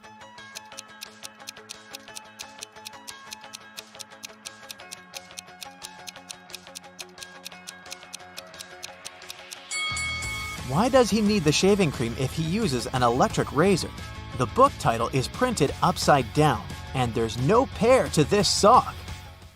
Alfred goes to a fancy party full of celebrities. 4 guys want to impress him. They learn that Alfred was born in Australia, so they come up to him, tell their stories, and show some pictures.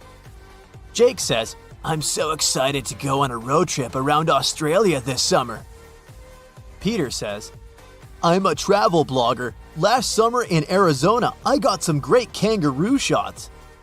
Will says, "I'm a super broke guy. I've only been to New Jersey so far." And Oliver says, "I donate money for charity projects in Australia. Once, I saved a little koala." Who's lying?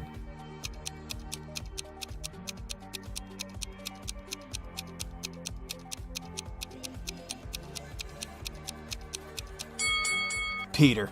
Kangaroos only live in Australia. Alfred leaves the party. But suddenly, he finds out that he had left his phone in the club. He returns and questions 3 people standing nearby. The waiter says, "I was busy with my orders. I didn't see anything." The cleaner says, "I think I saw your phone on the sofa. But when I looked there again, it was already gone." And the manager says, "There are no phones in our lost and found office." Who took Alfred's phone?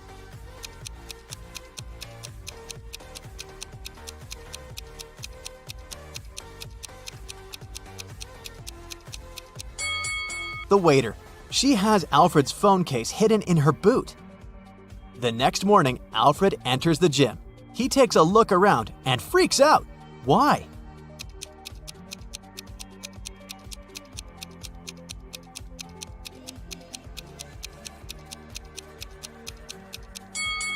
This lady is not from this planet. She has a completely transparent belly.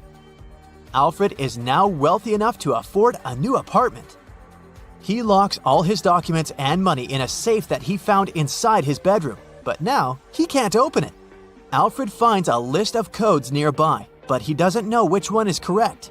Can you help him figure out the code?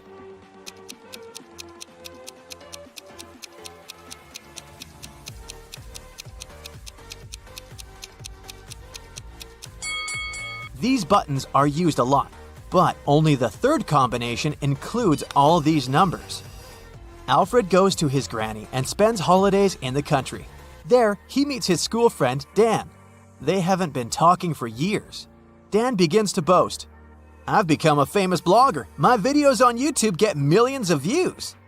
Dan shows Alfred a video from his channel, but Alfred looks at the video and immediately realizes that Dan is lying. How?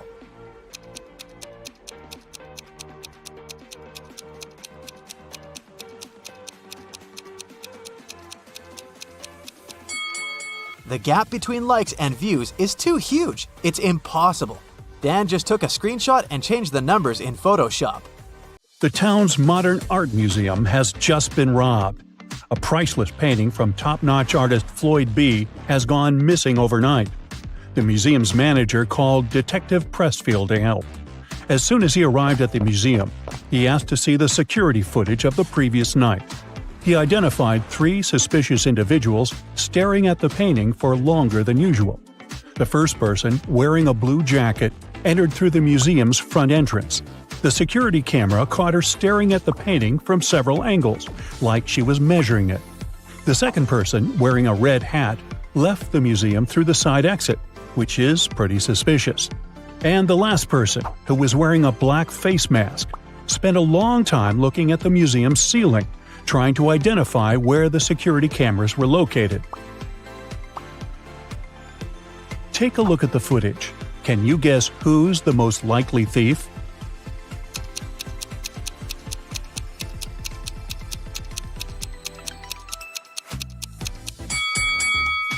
It's the last person. I mean, he was wearing a mask and spent hours trying to identify the security cameras. After that, there was no footage anymore. So that probably means he was successful at leaving the museum with the priceless painting. Samantha and Joanna were stuck at Blue Ridge's airport security line. A security guard found both of them suspicious and asked them to wait while he analyzed the X-ray footage. Take a look at both women. Who do you think is really hiding something?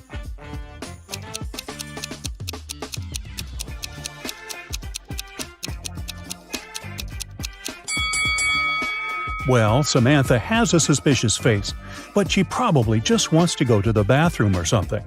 Now, Joanna is definitely hiding something under her skirt. If she had really been pregnant, she would have used the preferential line. And look how much she's sweating. She's probably nervous she'll get caught.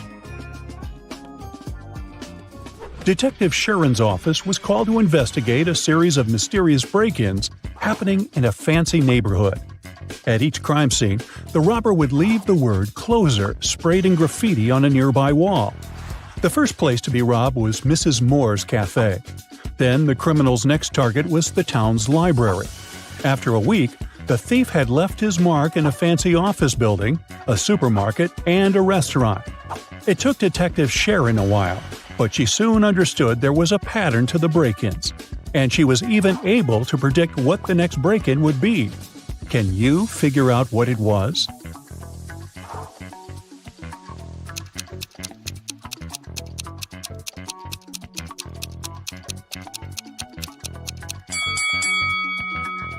The thief was pretty clever for sure. The first letter of each of the locations the thief entered spelled out the word "closer." Since the last location to be robbed was a restaurant, the next place would start with C, restarting the cycle. Most likely, the neighborhood's community center. In the East Valley, there's a beautiful old kingdom known as Piatra. One of the town's most precious symbols is a valuable jewel that is always displayed during the city's festivities.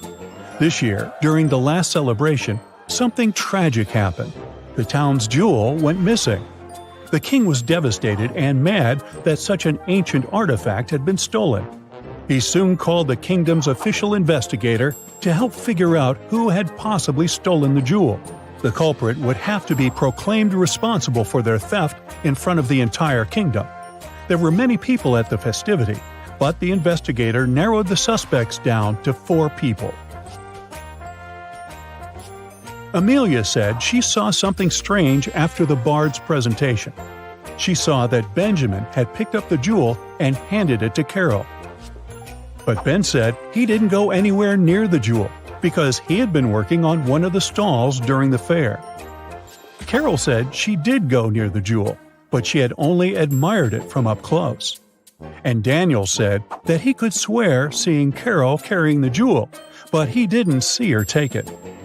Based on the testimonies, the investigator had no trouble figuring out who the culprit was. Can you figure it out as well?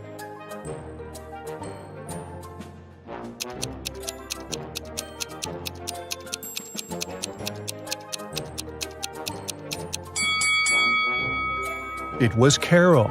Almost everyone thought she was involved in the crime. And plus, if you zoom in on her bag, you'll see something pointing. Sure looks like a jewel, doesn't it?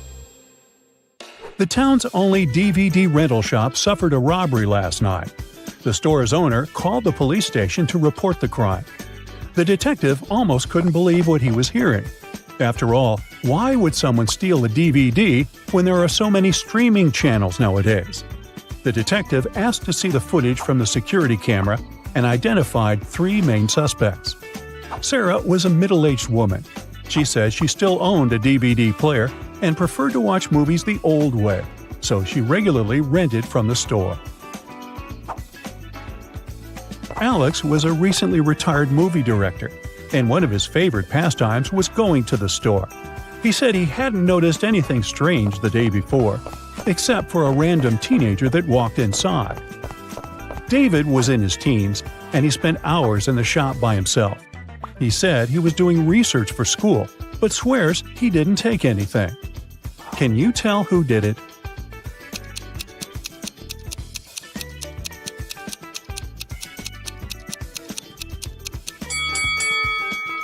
It was David.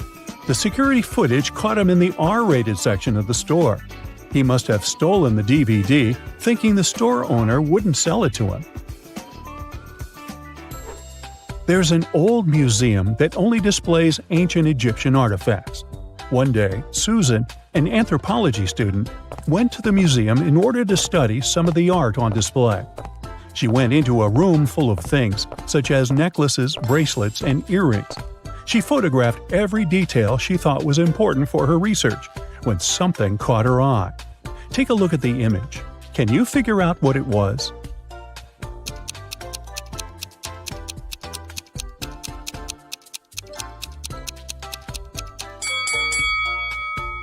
Look at those earrings. They look completely fake. Plus, they have a tiny price tag attached to them. The original earrings were definitely missing. Susan reported the crime to the museum's manager. The manager immediately informed the museum security and opened an investigation. Susan was on the initial suspect list, but after checking the museum security footage, she was let go. Museum security identified 3 main suspects: one of the museum's guards, one of the students from the museum's archaeology school, and a visitor. The visitor said he had only popped in for a quick visit. He said he had seen the earrings, but they looked pretty original to him. The security guard said he hadn't seen anything strange going the last few days. Everything was as it should be. And the students said they had studied the earring in a class, but they never got the chance to see it before it was stolen. Soon enough, museum security found the culprit. Can you tell who it was?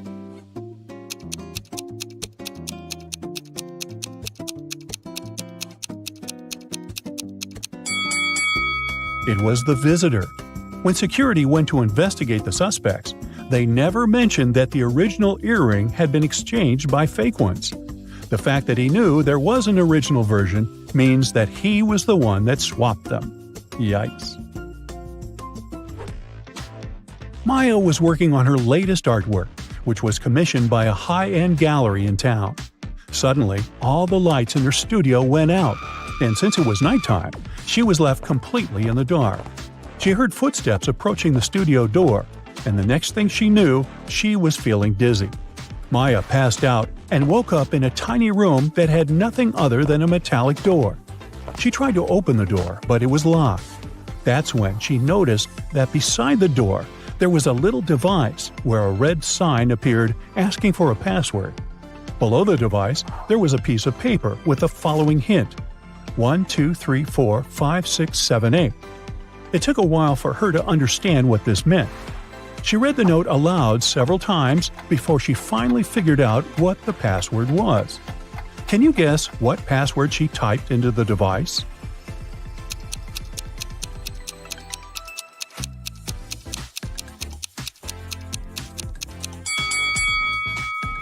Here's how it works. Maya had to type 1 time the number 2, 3 times the number 4, 5 times the number 6, and 7 times the number 8. Reading it aloud was the key to solve this problem. Whew. A new ice cream parlor opens up in Matt's neighborhood. He goes there to check it out. It's pretty crowded because they offer 1 free ice cream serving to each customer. Matt meets a pretty lady named Kitty in the line. He falls in love with her right away, but unfortunately, she's already married. Can you find her husband among these guys?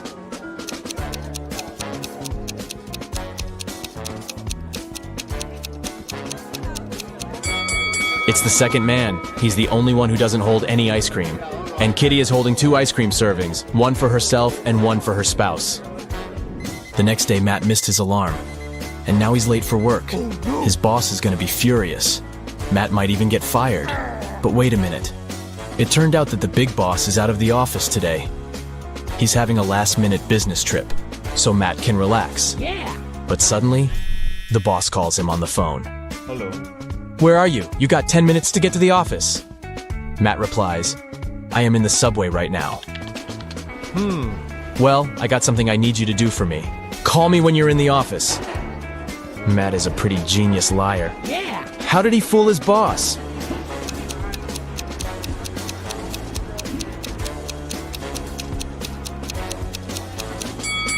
Matt had a subway noise track on his computer. He played it when he was on the phone with the boss. Clever. Matt enters the local bakery on the way to the office. Hello. The cook brings 2 trays with fresh tartines. Take your time and try to spot 10 differences between them.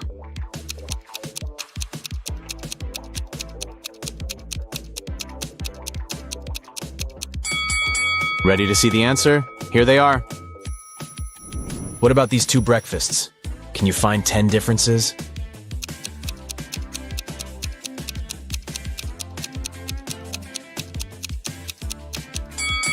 Over here. Matt arrives at the office. Oh no. Someone has changed the password on their corporate computer. It consists of 7 digits. Matt texts his coworker and asks about the new code. He receives the following reply. Can you help him figure out the code?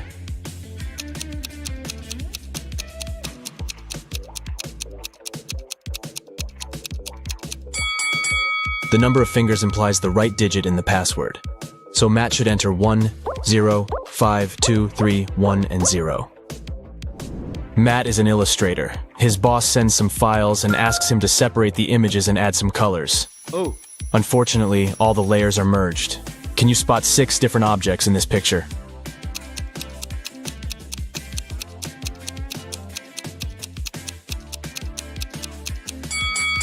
Here they are. What about this one? Can you spot 11 objects?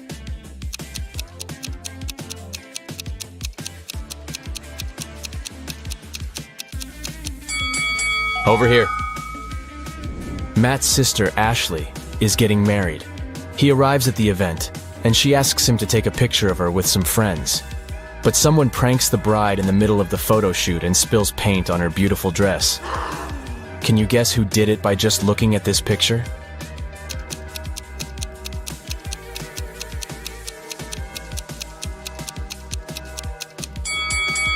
It's the man on the right. He has a rope in his hands, and it's tied to the bucket. Ashley changes and the wedding goes great. After the ceremony, they throw a party in a restaurant.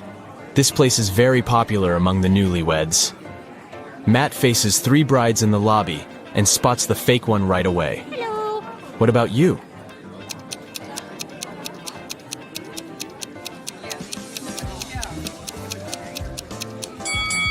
It's the third lady.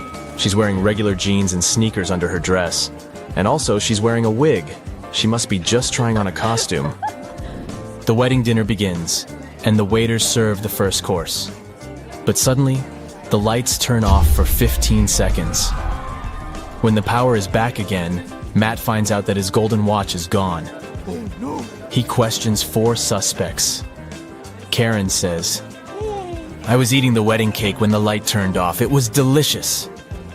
Nick says, "I was talking on the phone with my grandpa. When it got dark, I just continued our conversation." David says, "I was washing my hands in the bathroom." And Stella says, "I was taking pictures of the food for my Instagram. The local cuisine is so fancy." Who's lying?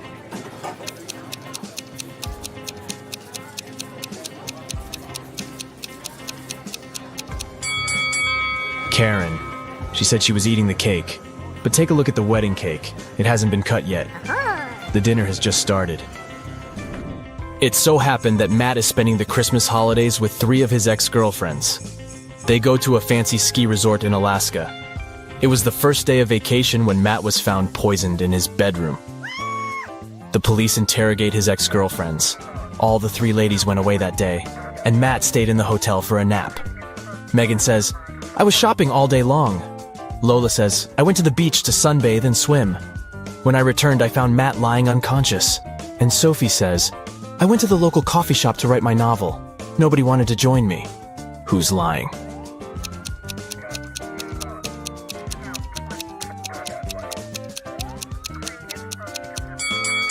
Lola, it's Christmas time, so it should be very cold in Alaska. She couldn't swim and sunbathe outdoors. Finally, Matt gets better and leaves the hospital. Yeah. He returns to the ski resort and takes a look at the mountains. What are they doing wrong?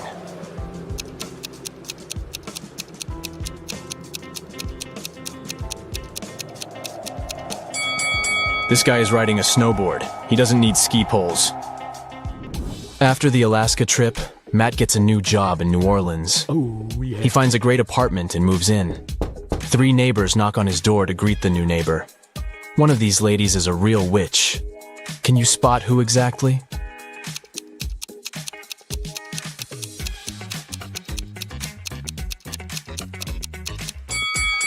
The first lady brought a cake. It looks pretty innocent. The third lady brought a plant. Looking good too. But the second woman brought a basket with food. And there's a snake crawling around her gifts. Matt wakes up in a weird maze in the middle of the night. The only way to escape is to walk through this labyrinth. But unfortunately, there are 4 dangerous creatures waiting for him on the way. First of all, there's a gorgon who turns everybody she sees into stone. Secondly, a werewolf. It's a full moon, so he's very hungry. The third creature is a tree goblin. He can grab people with his strong branches, and it's impossible to get out. And finally, there's a siren who can use her singing to make you do anything she wants. Luckily, Matt has 4 magic potions which can be helpful. Each potion has a 24-hour effect. If you spill the first potion on anybody, they'll become silent. The second potion will make any creature very weak. The third potion turns anyone into a vegan. And the fourth potion causes blindness. Can you help Matt distribute the potions among the creatures correctly?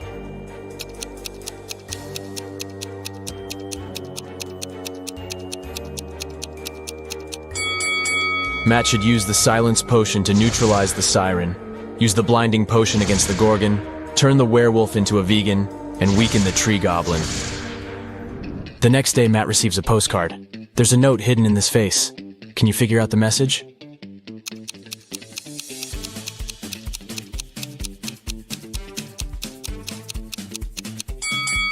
The features of this face form the word liar. Matt purchases a tour to see the sights of the state. He takes a nap on the train. After a while, he wakes up and sees that his tablet is missing. Matt interrogates 4 tourists nearby. Liam says, "Sorry, I was listening to the music, and my eyes were closed. I don't know who did it." Willow says, "I think it was Ronald. He's very suspicious. Why would he need so many gadgets on a tourist trip?" Ronald says, "I have a bunch of my own gadgets. I don't need your old, outdated tablet." And Mary says, "I'm sorry, but I was sleeping. Can you spot the thief?"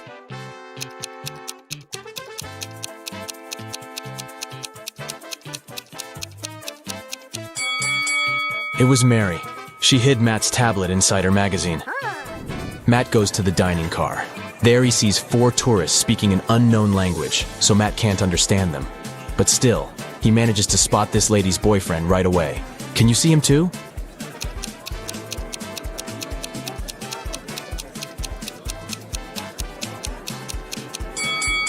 It's the second guy. They have similar tattoos on their necks. Matt wakes up locked in an abandoned house. He finds 3 doors, but only one of them leads to freedom, and he has only one chance to find it. Hungry tigers are waiting behind the first door. There's a big fire behind the second door, and a werewolf is hiding behind the third door. How can Matt escape?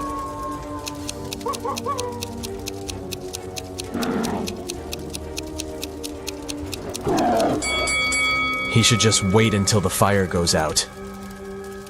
Yeah. It's Lily's birthday, and Leah offered to treat her to a spa day. They arrived at the marvelous Pink Lotus Boutique Spa for their day of treatment, and were sent to different rooms. One of the women received a text on their phone saying, "Be careful. Take a look at the image. Can you tell which friend is in danger?"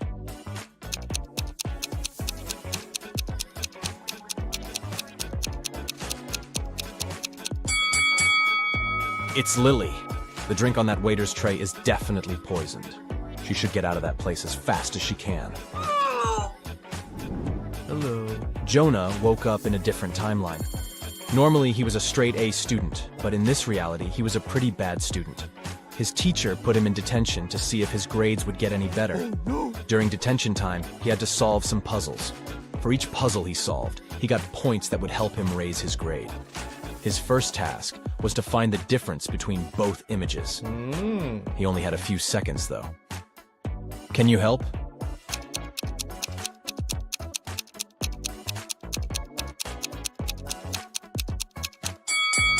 Yep, that one on the right didn't have the scribble on the paper. For his next detention challenge, Jonah had to spot the difference between these 2 rabbits riding a motorcycle. Don't ask too many questions, just help him out.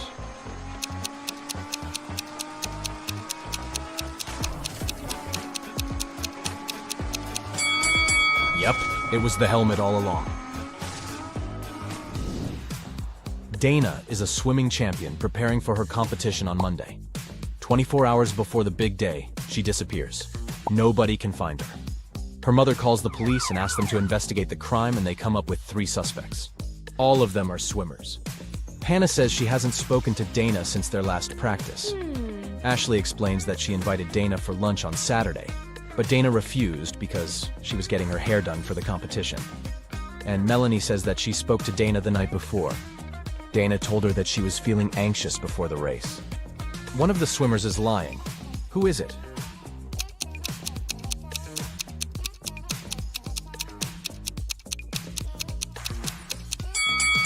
I mean, it's definitely Ashley.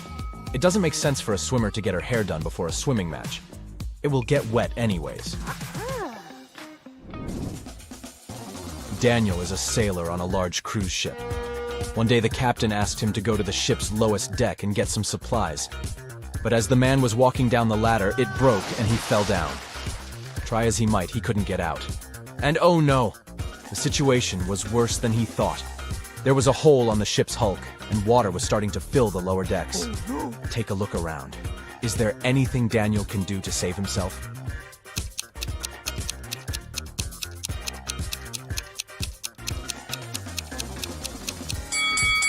Yep, he could put on a life jacket and wait for the water to fill the lower deck. He will simply float upwards, and then he can climb up those stairs again. I mean, if that ship doesn't go all Titanic, right? Yeah. Amelie was exploring her grandmother's closet when she came across something spectacular. A time machine. She set the date back to the 16th century and pressed go. She spent the day exploring a local market, but people kept looking at her differently. One man came up to her and said he knew she was a time traveler. He locked her in his basement and said he was going to look for where she hid the time machine. Amelie was so frustrated she got caught and was afraid she might never go back to her real life. That's when she saw that the basement had an old piano. Do you have any clue how Amelie can use that piano to escape?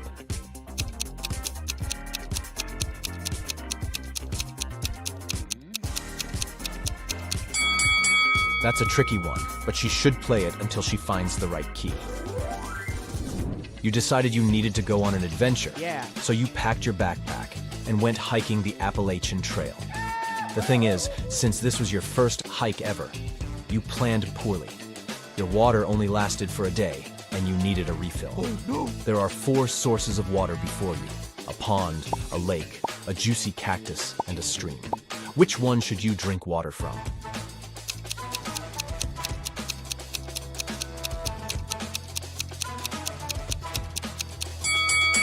Most cacti are toxic, so you should keep away from them. The waters from the pond and the lake are stagnant water, so this means they could be filled with stuff that isn't good for you. So that leaves the stream water. Way to go, you. Oh, yeah. It's getting rather late, and you realize you're lost in the middle of the forest. Your phone's GPS is not working, and you're standing at a fork in the road. You can choose between 4 roads leading north, south, west, or east. The path that heads north will lead you to a black hole. The road that leads south goes through a lake full of huge whale sharks. The one that leads east passes through a crater-sized hole. And the one that leads west will take you to a sky-high mountain that is impossible to climb over. Which way will you choose?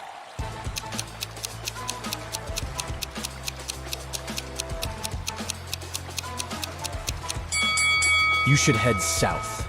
Whale sharks pose no threat to people, and it's probably not true that they exist inside that lake. I mean, they are sea creatures. Harry has spent the last 2 weeks in Egypt exploring ancient pyramids. He's an archaeologist, and he was looking for some groundbreaking discoveries on the history of the mummies. Inside one of the pyramids, he found a secret chamber. Written on this chamber's walls was this: if one can answer correctly, an ancient secret will be revealed. And right below this, Harry found a riddle. The next answer that should escape your lips should be the creature wrapped up in cloth strips. Can you guess what Harry should answer?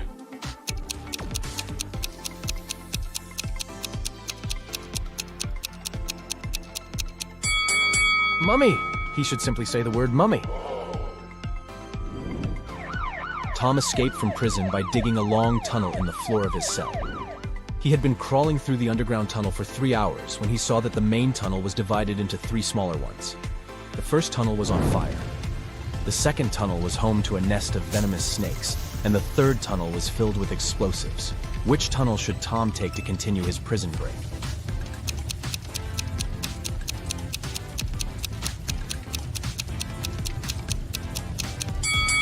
He should choose the tunnel with fire. He can put the fire out with the dust from the ground and make his way to freedom. Yeah! Sierra wanted to go to her favorite band's concert, but she didn't have enough money to buy the tickets. Her local radio station was putting on a contest, and the winner would get tickets to the show.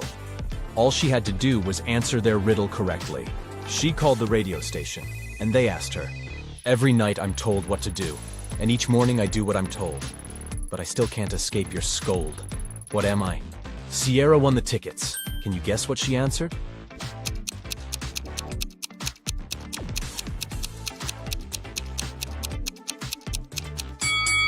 The correct answer is an alarm clock. Sounds just about right, doesn't it?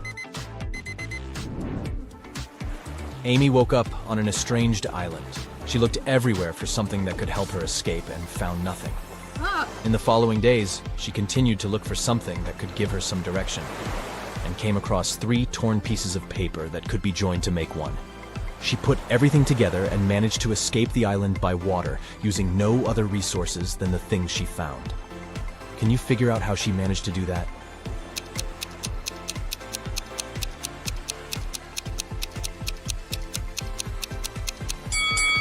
This one is tricky. Nothing was the name of the boat she found abandoned on the island. Ooh. Then she found torn pieces of paper that together made up a map. The map helped to guide her to the nearest inhabited island, and the boat helped her get out by water. Yes! Mirabelle walked into her father's deli and asked for a sandwich to go. When she looked to her right, she noticed something extremely out of the ordinary. Take a look at this image. Can you tell what it was?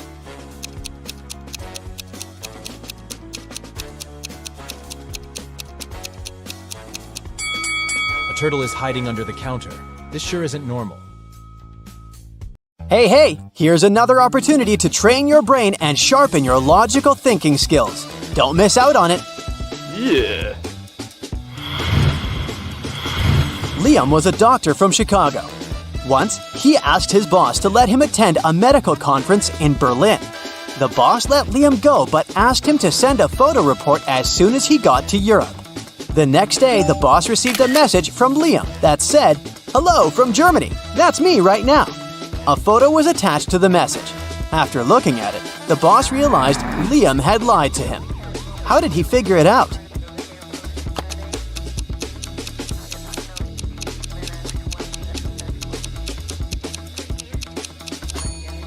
In the photo, there's a clock on the wall that shows exactly the same time as the clock in the boss's office.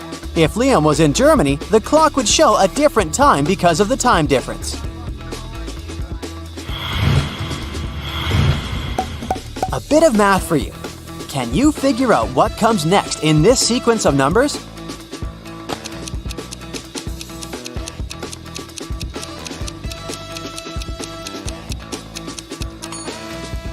It's gonna be this long number. You see, each next number is a verbal representation of the number before it. This way, if we start with 1, the next number in the sequence will be 1, 1. And the next one is 2 ones. And then we've got 1, 2, 1, 1, and so on.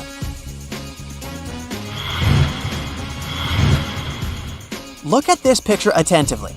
The guy has sent a message to his girlfriend. He seems to be missing her very much, but is it true? Can you figure out if he might be cheating on her?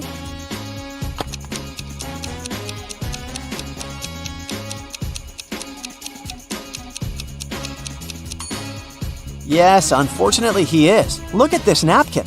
There's a lipstick print on it. He must be with another girl.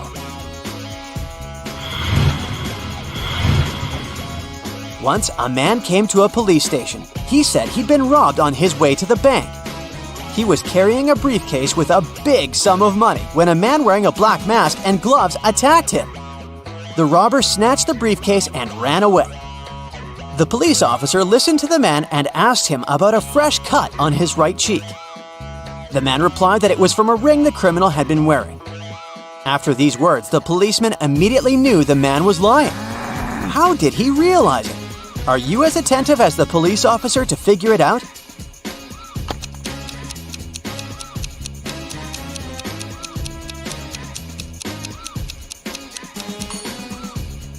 The man couldn't know about the ring on the robber's finger, since he claimed that the criminal had been wearing gloves.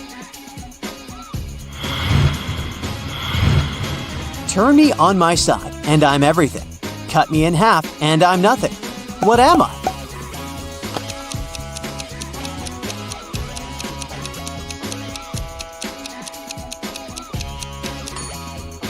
I'm the number 8. On my side, I look like an infinity symbol. And cut in half, I'm just 2 zeros. Look at these people very attentively. Your task is to find out which girl the man is interested in. Remember that the answer here lies in the details. And this puzzle can tell us how good you are at reading people. Our body language can tell other people a lot about us. The way you sit, stand, and even move your arms can give away what you're thinking about or how you feel. The girls in the picture have different postures and facial expressions. And once we look closely, we will understand that the man is clearly interested in the girl who is most interested in him. But which one is it?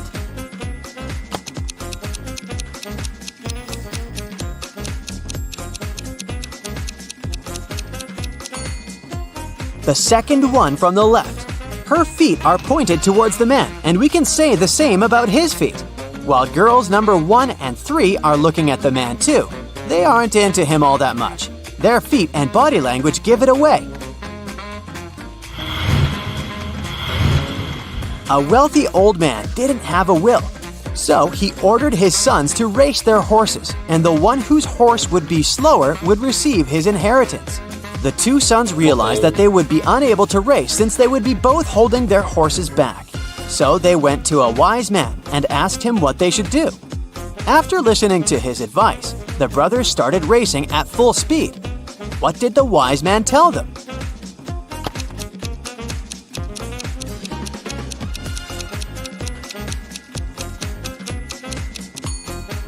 He recommended switching horses. Now, whoever wins the race will get the inheritance because they will technically own the losing, slower horse. 4 people came to a river with a narrow bridge that could only hold 2 people at a time. It was nighttime, and they had just one torch that had to be used when crossing the bridge. Person A needed 1 minute to cross the bridge, and person B could do it in 2 minutes. It took person C 5 minutes to get to the other side, and person D needed 8 minutes. If 2 people were crossing the bridge together, they had to move at the slower person's pace. Can all these people get across the bridge within 15 minutes or less?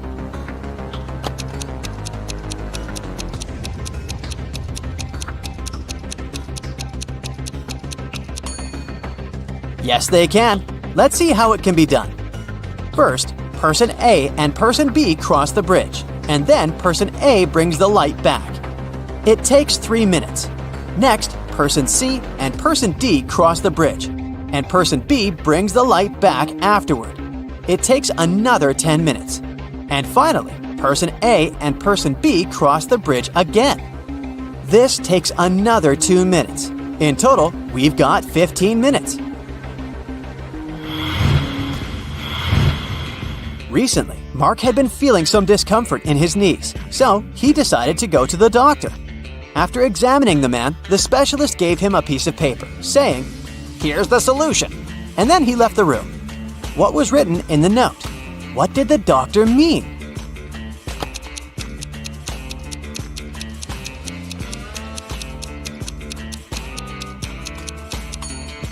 The treatment is a painless operation.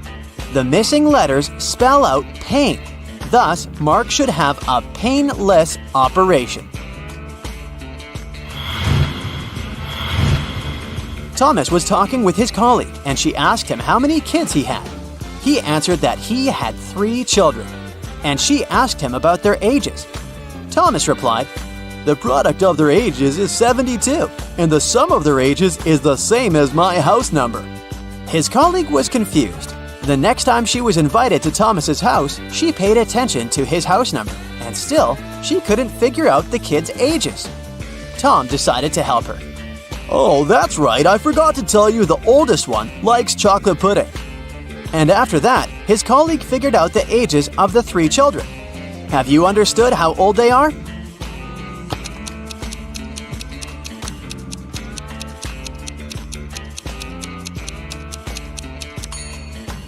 The kids are 3, 3, and 8. The key to this riddle is the colleague knows the sum of the children's ages, but she still can't tell how old Thomas's children are because she is stuck between several possibilities. To narrow it down further, only 2 sets of numbers that multiply to 72 share the same sum. And that's when the man reveals that his oldest child likes chocolate pudding. Only the latter of these 2 sets has a distinct oldest child. Imagine that you're in a dark room. There's a candle, a wood stove, and a gas lamp there. You only have 1 match. What do you light first?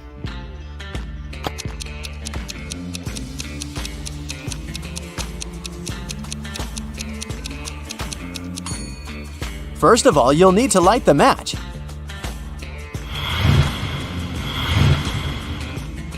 These 5 bags of gold all look identical. Each of them has 10 gold pieces in it, but one of the bags contains fake gold. The real gold and fake gold are identical in every way, except the weight. Each piece of fake gold weighs 1.1 ounce, while a piece of real gold weighs 1 ounce. You have a perfectly accurate digital scale, but you can use it only once. How can you determine which bag has the fake gold?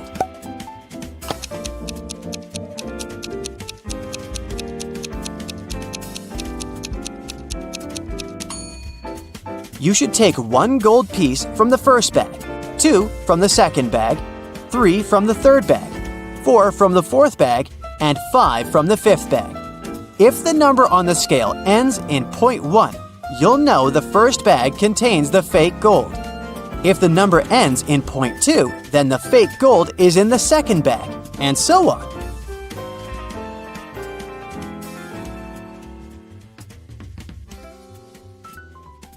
Thirsty on an island. Simon was shipwrecked and washed up on the shore of a deserted island. He's thirsty, and the only thing he has is a plastic bag and a straw.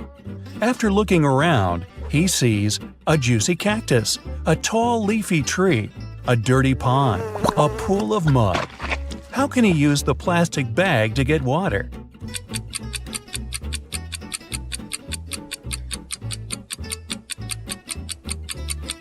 He can't use the cactus. It can be toxic, and without a sharp tool to reach the pulp, the plastic bag is useless.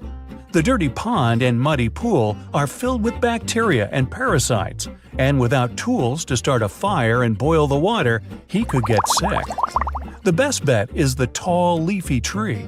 He simply needs to tie the bag on the edge of a branch and pierce it slightly with a stick. The tree will produce drinkable water through transpiration. Well, that's clever. Where's the waiter? Adam is the head waiter at a one-story steakhouse. On the busiest night of the week, he vanished, and the owner called the police to file a missing persons report. Detectives talked to the last 3 people who saw him. A trainee server said she only saw him when he got to work and parked his bicycle. The chef said he saw the waiter in the kitchen when he came to get a glass of orange juice. The cook said he last saw the waiter going upstairs. After the statements, the police arrested the cook. Why?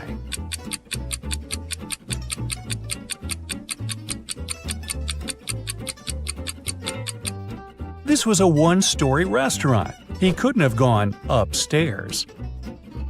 Spilling the tea. Susie went to study for her university exam at a coffee shop. She ordered a white tea and sat down. 10 minutes later, she got up to go to the bathroom. When she returned, her laptop wouldn't turn on and her teacup was empty. Someone had spilled the tea on her computer and cleaned it up. She called the manager, told him what happened, and they came up with 3 suspects. The barista said he had been swamped and didn't see anything. The supervisor said he was sorry that the milky tea spilled on the computer, and he could see if insurance would cover the cost. The head barista said he was sorry the milky tea spilled on her laptop, and he'd make her another one while they waited for the police to arrive. Immediately, the store manager knew who did it.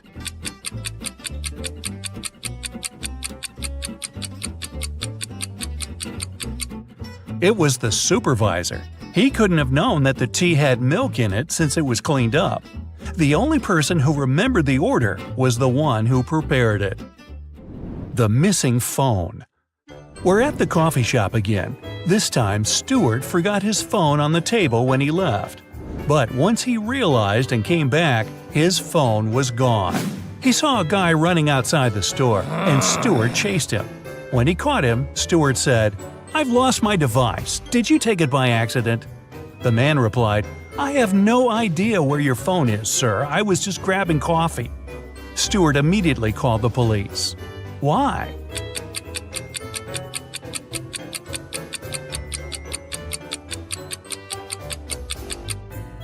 Stuart told him he lost his device. That could have been anything from a smartwatch to a camera or something else. The guy couldn't have known it was a phone unless he took it. Where did the baker go? The Cupcakes Den is a local shop that became famous for its tasty, well, you guessed it, cupcakes. On Monday morning, the head baker vanished, and the shop couldn't deliver the 200 cupcakes they had promised for a birthday party. The owner called the police, and they had 3 suspects in their custody. The helper said he had gone out to buy more frosting, but when he returned, the baker was gone. The waiter said he had been cleaning the shop of the massive mess from making the 200 cupcakes. The manager said he was meeting with a new supplier to get more beef jerky at the shop. The detectives knew who was lying. Can you guess it?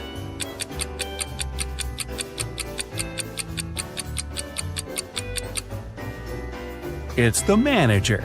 Who needs beef jerky at a cupcake shop? Get the last question right. Adam was taking part in a brain teaser TV game show, and he had one last question to answer before winning $50,000. He was tired and decided to call his best friend Luke to help him. The host asked, if you could rearrange the order of the letters in this word ACIPCIF, what does it show? A country, a city, a large mountain, or an ocean? Luke answered correctly. Can you?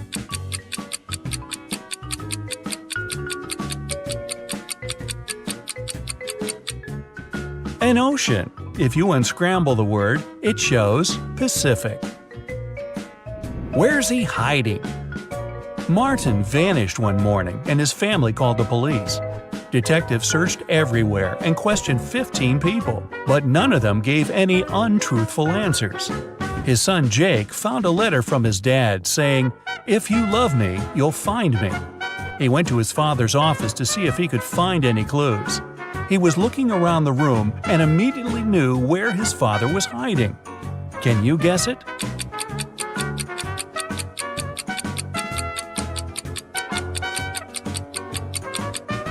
On the wall, there's a picture frame with his dad's cabin, and it's got a hand-drawn circle on it. He must be there. Lost in an underwater cave. Sarah just got her certificate as a cave diver. She decided to spend her afternoon exploring some dangerous underwater ocean caves. While turning left and right, she got lost. She didn't have enough time to look for her way back and continued swimming further. That was when she came across 3 openings. Through the first, there were 45 hungry piranhas. Through the second, a great white shark. And through the last one, a giant box jellyfish. Which is the safest path?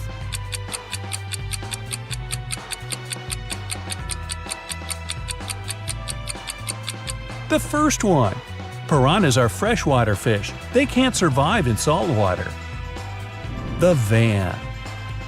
Susan was outside watering her plants when she noticed 3 people dressed in black clothing carrying electronic devices from her neighbor's home. She asked them what they were doing, and they said they were from a moving company. Immediately, Susan called the police. Why?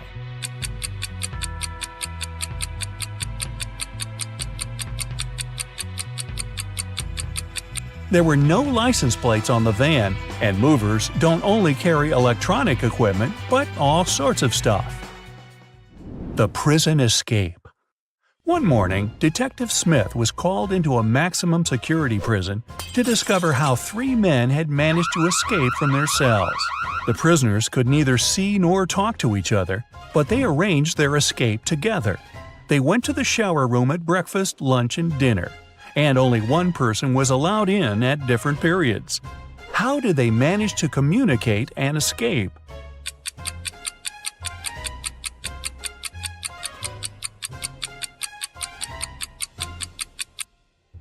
They wrote messages to each other on the bathroom mirrors, used steam to read them, and planned their escape together. The villa disappearance. It was a cold, rainy weekend. Michael, Susie, Amara, and Luke were spending Saturday and Sunday together playing board games. On Saturday morning, when they woke up, Amara was missing. They looked everywhere for her but couldn't find her. That was when Luke called the police. Detectives examined the room and asked everybody what they were doing at 4 a.m. Luke said he couldn't sleep, so he went downstairs to the gaming room to play some online games.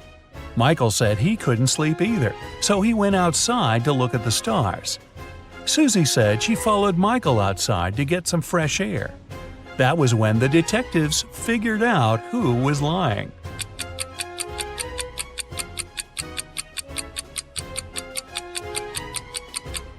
Michael and Susie. It was a rainy weekend, remember? The cursed photo. Alan was on his final stretch to becoming a detective. He passed a bunch of assessments until he reached the last one. This was where his attention to detail skills would be tested. The chief of police handed Alan a photo. He told him, This is Michael. He's having a birthday party.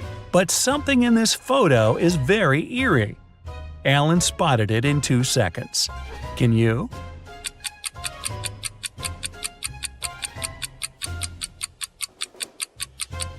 There's a hand inside the blue balloon. Well, how did it get there? The right amount of water. Peter was the best problem solver in his class. One day, his chemistry teacher called him up to test his intelligence and inspire his peers. He gave Peter 3 glass jugs. None of them had any measuring markings on them, but just a label showing their maximum capacity. The first jug was filled with water up to the top, and the label read 8 liters. The second was empty, and its label showed 5 liters. The third was also empty with a maximum capacity of 3 liters. The teacher told Peter to arrange the liquid so that only 2 liters remained in one glass jug without using any measuring tools. Peter figured out how to do it in 4 seconds.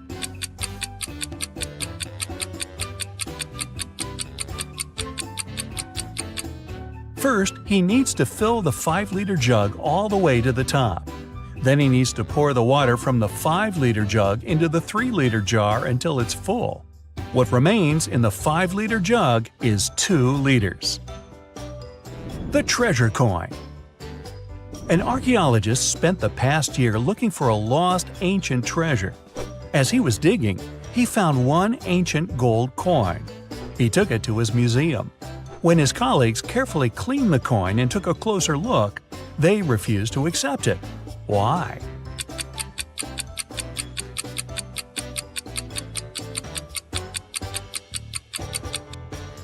It reads 100 BCE on the back. Ancient people didn't know they lived in that era. Or did they?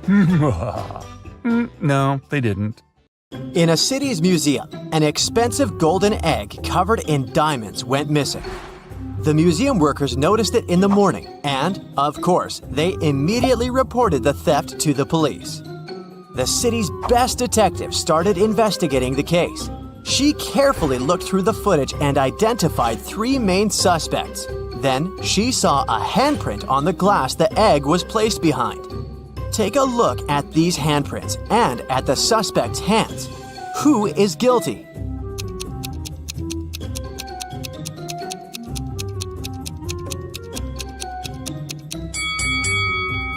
It's this person right here. Look, the prints of the fingers aren't full because something came in the way. This person is wearing rings right there, so it's their print.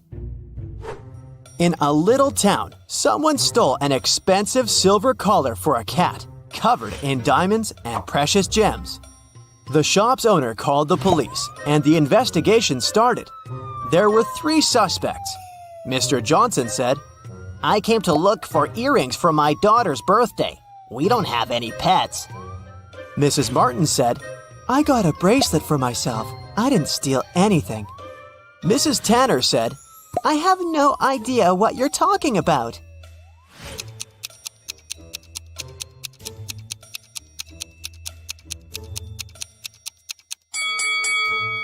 The thief is Mr. Johnson. There are cat footprints in his garden, so the family obviously has a pet. There was a robber in the city, and no one could catch him for several months. After another incident, the police saw the robber entering a hospital. They walked in and ran into 2 doctors. Which one of them is fake and is actually the robber?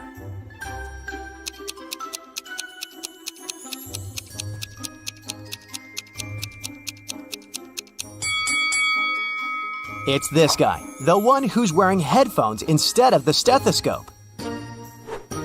Mrs. Stevens went on a 3-month vacation, but had her workers coming regularly to maintain the house. When she returned, she realized that one of the workers was skipping quite a bit of work once in a while, going on an unplanned vacation themselves.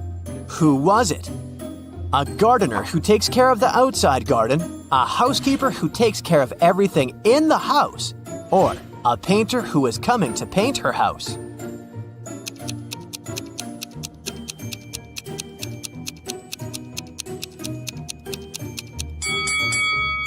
It's the housekeeper. Look, the houseplant's dried out. Seems like he skipped a couple of weeks of work and probably only cleaned the house right before Mrs. Stevens returned.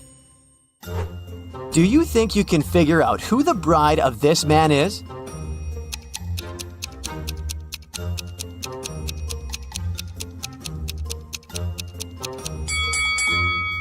It's this woman right here. Look, she has the same tattoo as this guy. A small city's police got a message that monsters silently flooded the town and now live among humans. It's not a problem, but the police decided to identify them all to keep an eye on them. Can you help the police identify in which houses the monsters live? Here's the first task. You see two houses and a vampire lives in one of them. Which one?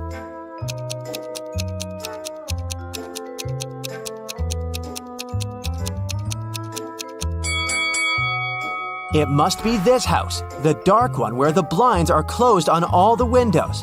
Vampires don't like sunlight. Okay, the next task is to find the house of a mummy. Here are two possible options. Which house does the mummy live in?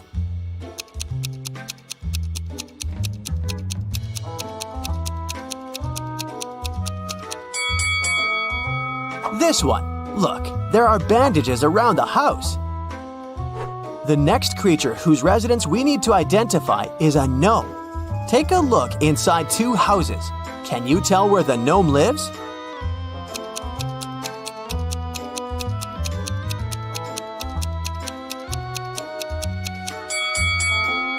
Probably in this house. All furniture is smaller and placed way lower than in the other house, so it must be the residence of someone small, like a gnome. Now, we need to find the house of a centaur. Take a close look at both houses. Can you identify the one?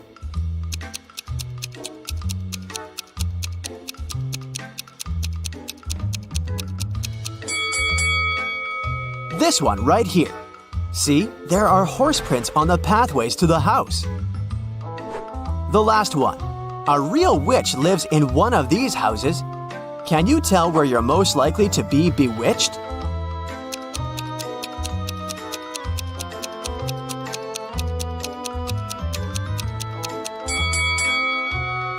Did you notice this cute black cat?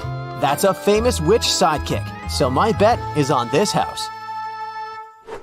On a cold January night, Delaney was found unconscious in the cloakroom when her best friend Jane came looking for her. She was at a house party with a bunch of college students. The police interrogated several students, asking where they were around the time of the accident. Allison said, "I was upstairs all the time, dancing with my friends." Liam said, "I went to a kiosk to pick up some candy for my girlfriend. There were only drinks and chips." Oliver said, I was talking to a girl. She seems to like me. Who should have been taken to the police station?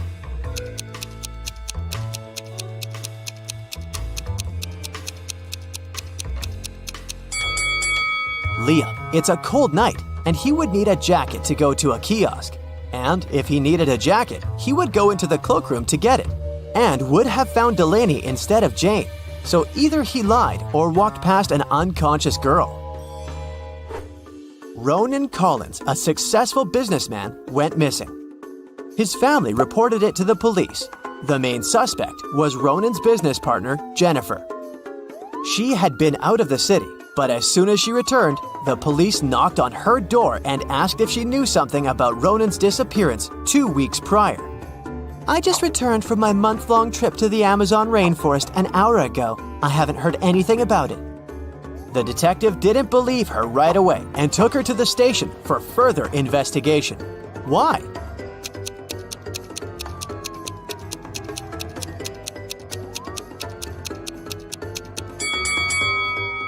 From the photos, we can clearly see that Jennifer dyes her hair.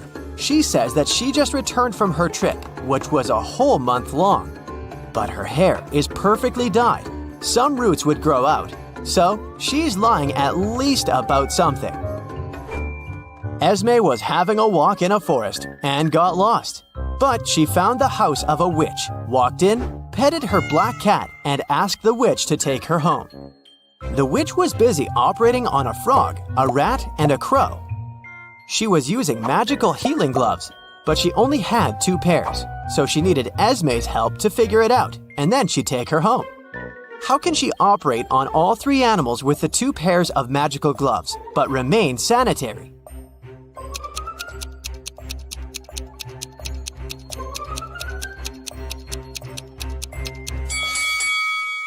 The witch should operate on the frog wearing the first pair of gloves over the second one. Then, she should operate on the rat using just the second pair. Finally, she should operate on the crow wearing the first gloves inside out, worn over the second glove. Detective Callum had to travel to a small neighboring city where dogs were being kidnapped every night, right out of the house. There were already 4 of them missing, and all of them were living on the same street. Mila was kidnapped first, then Karma the next night. After that, it was Jake, and then Mr. Sniffer. There were just 3 dogs left that lived on the street. Can you figure out which dog is going to be the next target?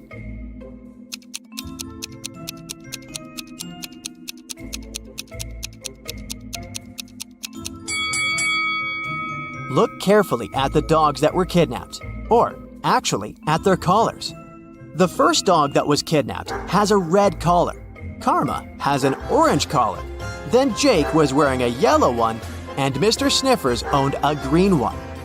Seems like they're being kidnapped in order of rainbow colors. So, the next target should be this dog, the one wearing the blue collar. Mason called the police, reporting that his metal safe box with his savings was stolen. He walked into his bedroom right in time to spot the robber throwing the safe out of the window and disappearing in the window right after. So, Mason wanted the robber caught or his insurance to pay him the money he had lost. The detective came to investigate. "Did you touch anything in the room after the incident?" he asked. "No, I came straight to you." "Then there was no robber," the detective concluded. "Why?"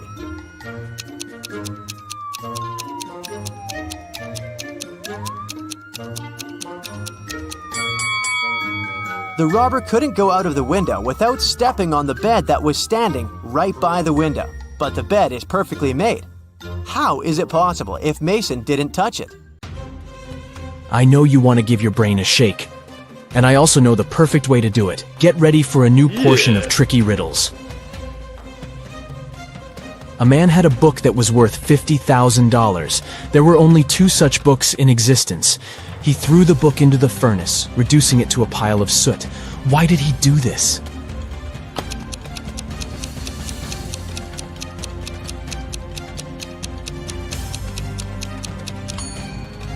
He destroyed the book because he had both copies. After destroying one of them, there was only one left, so its value immediately went up.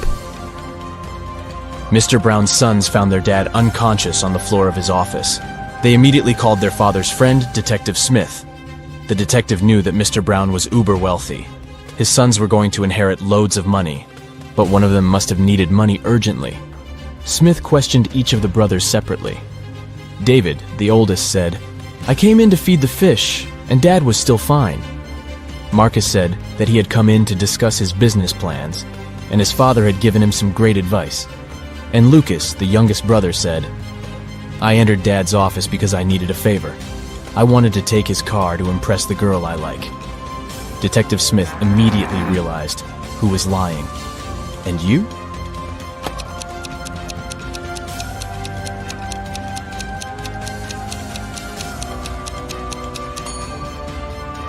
It's David. He said he had come to feed the fish. And indeed, there's an aquarium in the office. But there are no fish in it. Sarah and Liam had a son called Oliver. On Saturday, the couple went out for dinner and left Oliver at home. When they returned, the boy was nowhere to be found. Oh no! The anxious parents called the police. A detective arrived and questioned everyone in the house. The babysitter said she'd been packing Oliver's school bag for the next day.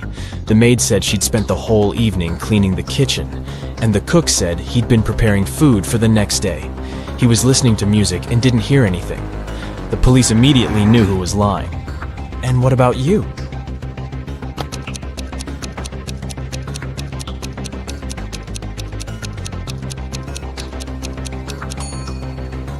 It was the babysitter. Children don't go to school on Sundays, so Oliver didn't need his school bag to be packed. Detective Adams arrived at the Museum of Modern Music because someone had stolen legendary shoes that belonged to Elvis Presley. A museum guard told the detective that they had reviewed the footage from security cameras and found out that all visitors had come in and left empty-handed, and the shoes were too bulky to put them in a pocket or under a t-shirt. Detective Adams examined the footage and said he knew who had stolen the shoes. Have you figured it out?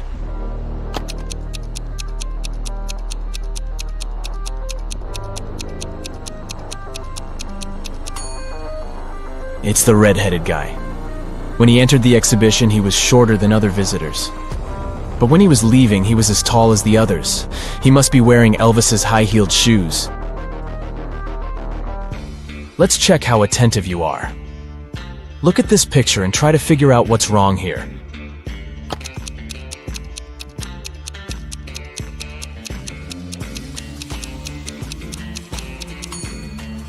The teacher is very suspicious. She doesn't get reflected in the mirror. Now, how about these people? What are they doing wrong?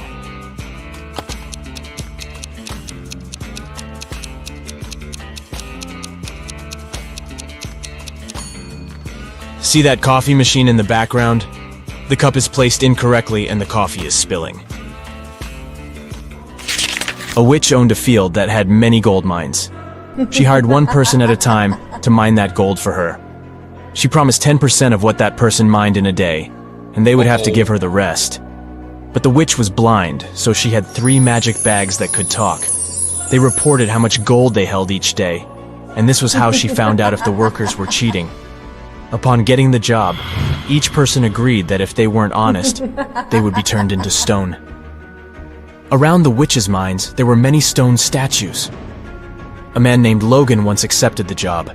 The witch promised him, "If I wrongly accuse you of cheating, I'll be turned into stone." One night, Logan overheard the bags talking to the witch.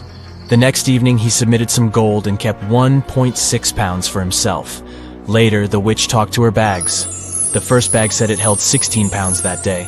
The second one said it held 5 pounds. The third one said it held 2 pounds. The witch confronted Logan. "You think you could fool me? Now you shall turn into stone," she screamed. 1 second later, the witch turned into a stone statue herself. How did Logan deceive her?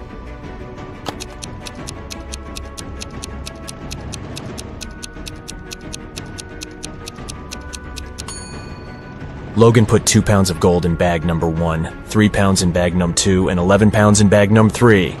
He then put bag number 2 into bag number 3, and bag number 1 into bag number 2. Each of the bags only felt the weight of the gold above it.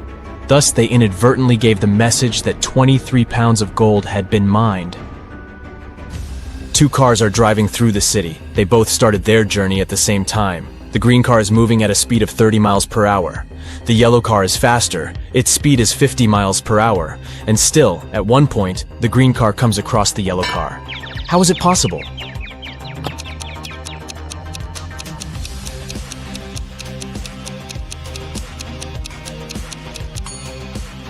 The cars are traveling in opposite directions. Larry called the police because he had some concerns about his friend Brandon. He said, "Brandon has recently returned from Brazil and has been behaving strangely since then. I've just received a weird phone call from him. I think it would be better if you came with me." When police officers picked him up, Larry gave them the address. He explained he hadn't been there yet. Brandon rented the place soon after he came back from his trip. When they arrived at the house, they saw a mess inside. There was some paint spilled on the floor, and one police officer accidentally stepped into it. Larry noticed it. "How unlucky! Let me take you to the bathroom." After that, he immediately got arrested. Why? Uh-oh.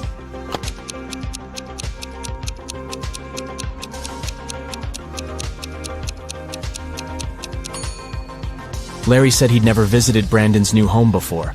Then how did he know where the bathroom was? John's mom got angry with the guy and locked him in his room. But she wasn't cruel. She left her son a chance to get out of there. To do it, he needed to find the answer to this riddle. Turn me on my side and I am everything. Cut me in half and I am nothing. What am I? Can you help the guy to escape?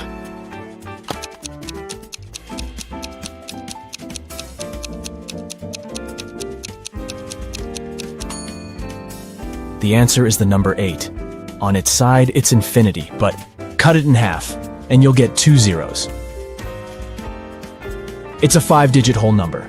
It reads the same, forward, backward, and upside down. Its second digit is half of the third one. The 5th digit is the product of the first and the second ones. And the sum of all the digits is 10. What number is it?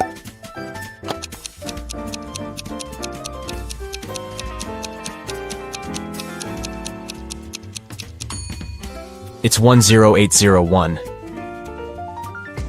Eric got lost in a museum. While he was trying to find a way out, it got really late. All the doors were already closed. Finally, the guy saw 3 staircases. The first one was all covered in bizarre nettles with razor-sharp leaves and long spikes. The second had giant, stinking flowers with a stench almost impossible to bear. And the third staircase was an impassable jungle of cacti. Which staircase should Eric choose?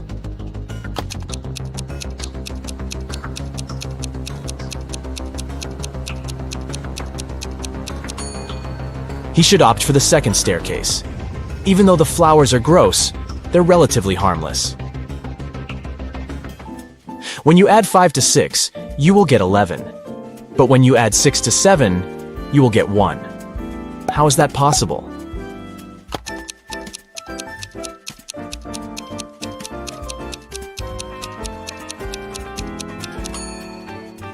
It's possible when you're looking at a clock. A coin is put into an empty bottle. Then this bottle is plugged with a cork. How can you remove the coin without breaking the bottle or pulling the cork out?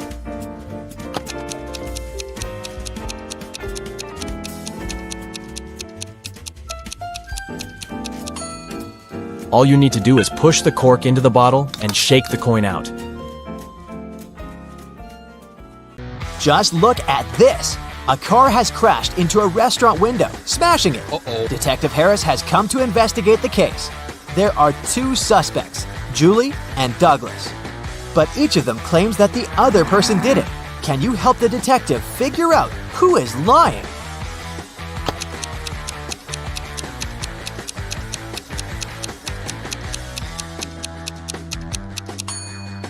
It's Julie. The tire tracks on the ground belonged to her car.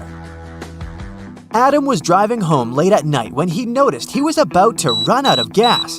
He stopped at a gas station to fill his tank and buy some snacks. Inside, there was a cashier and another customer dressed in black. When Adam came up to the employee to pay, she told him $5.05. Adam paid, went outside, and called the police to report an emergency. Why did he do it?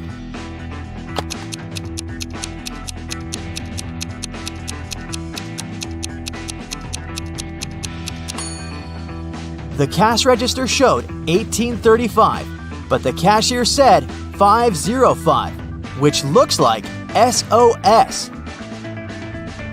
Detective Harris was walking along the street when he heard some noise. He decided to check out what had happened.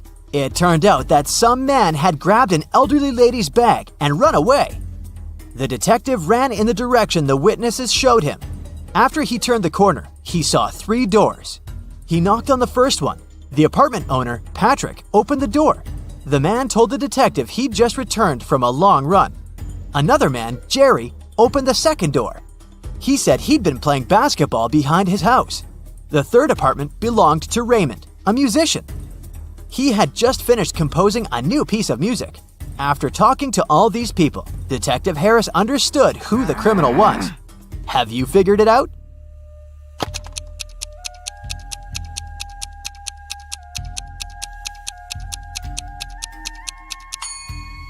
The thief is Jerry. He claimed he'd been playing basketball, but he was holding a football while talking to the detective. Sarah and her sister Mary were doing some shopping. When they were leaving a grocery store, Sarah pointed at some young man and exclaimed, "Look, my nephew is over there!" Her sister replied, "Oh right, but it's not my nephew." How is it possible?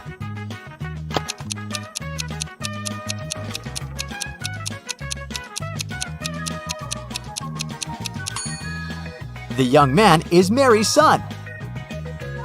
Gemma returned from Asia and brought a precious porcelain figurine. She organized a party and invited all her friends to tell them about her journey. They had a great time, but after her friends left, the woman realized the figurine had disappeared. She called the police and showed them the photo she had taken at the party. One of the officers immediately realized who had stolen the figurine. Did you understand it too?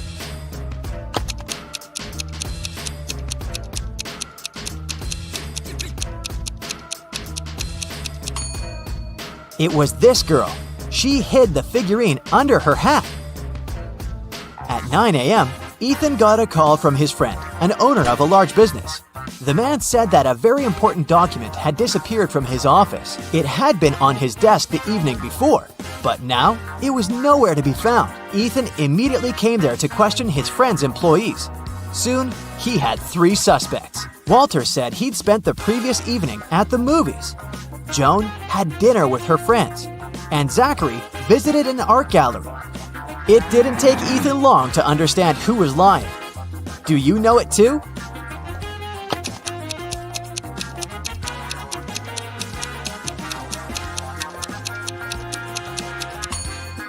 It was Walter.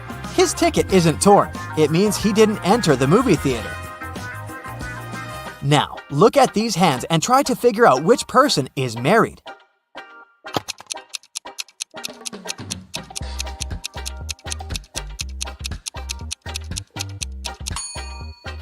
If you look at the first hand attentively, you'll realize it doesn't belong to a grown-up person. On the second hand, there is a mark left by a ring, but there's no ring itself. It must mean that the person is no longer married. On the third hand, there's no ring either, but it's the right hand, and we wear wedding rings on the left hand. So out of these 3, this person is most likely to be married. Okay, the next challenge is for you. Look at these 3 men. They're at the airport. Which of these guys is married?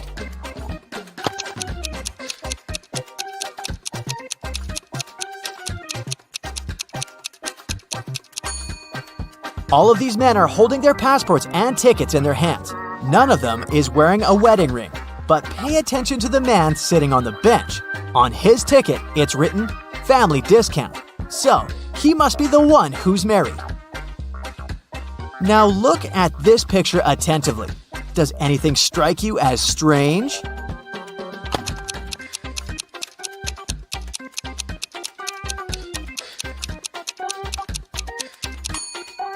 It's winter, but butterflies are flying around the snowman. Now, try to figure out what's wrong with this image.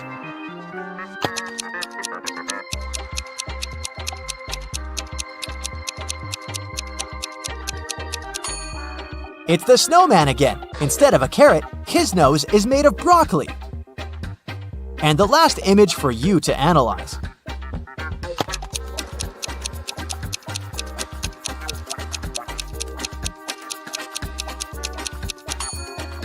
Why does the guy on the right need ski poles if he's going to snowboard? Marcus woke up in a dark basement with just one candle burning on the table. He saw 3 doors in one of the walls and 3 keys lying on the table. How many attempts will the guy need to figure out the key for each door?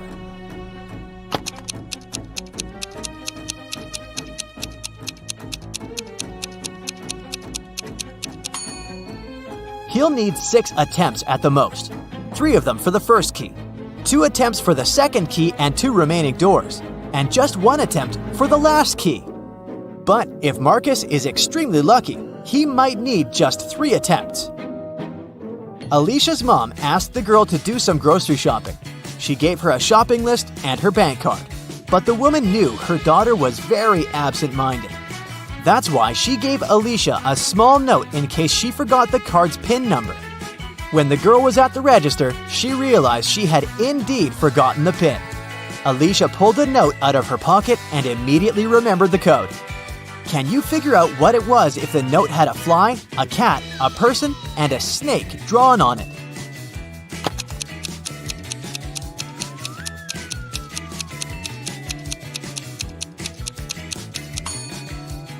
The PIN was 6420.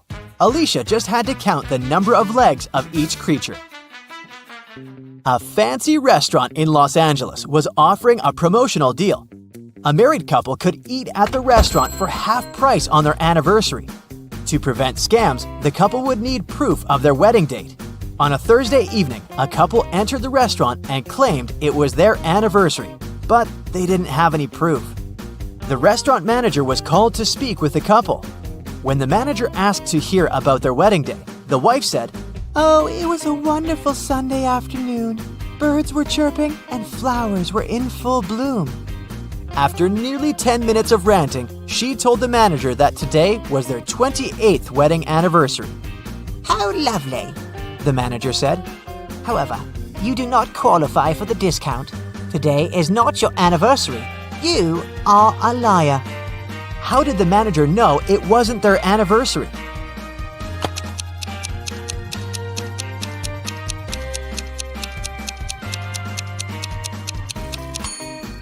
The calendar repeats itself every 28 years, so if they were married on a Sunday 28 years ago, the day they came to the restaurant would also have to be a Sunday. But since it was a Thursday, the manager knew they were lying. John called the police to report that his friend Mark had disappeared. He explained that 2 weeks earlier, he had offered Mark to live in his beach house in Miami. He wanted his friend to enjoy some summer heat. But when John returned from a half-month-long business trip to Chile, he found out that Mark was missing. The police listened to John's story and understood the man was lying. How did they figure it out?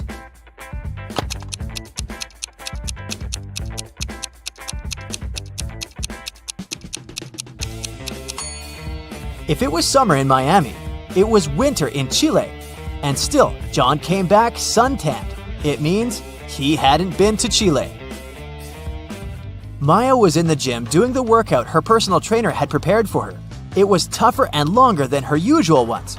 Exhausted, Maya returned to the changing room only to find her expensive bag gone. Oh no! She immediately called the police. They had 3 suspects. Maya's trainer said that he had been preparing a new program for his clients. Emma, another gym goer, said she had been running on a treadmill for 2 hours. The cleaner said he had been washing the swimming pool. Who took Maya's bag?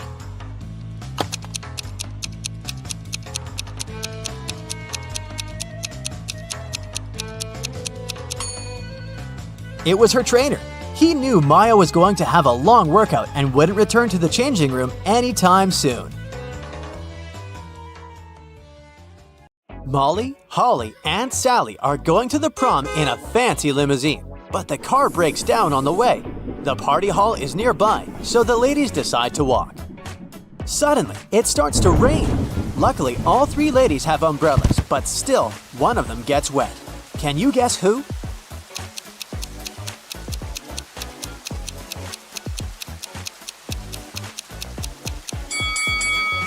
Holly. Her skirt is wider than the diameter of her umbrella. Finally, the ladies arrive at the prom. All of their friends look very elegant and fancy. Leah is wearing very expensive designer shoes. Bella carries a Chanel bag. Alice is taking selfies with the latest smartphone. And Kim is showing off a sparkling diamond necklace. But in fact, only one of them is wealthy. Can you guess who?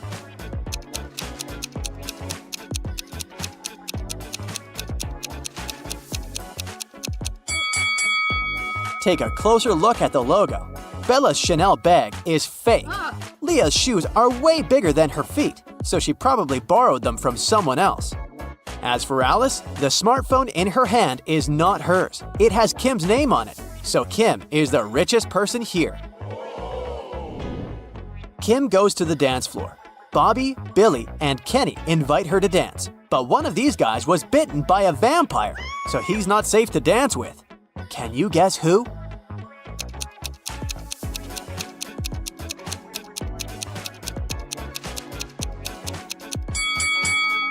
Bobby has a red mark on his shirt, but it's just lipstick. Billy's drinking something red, but it's just a cherry punch.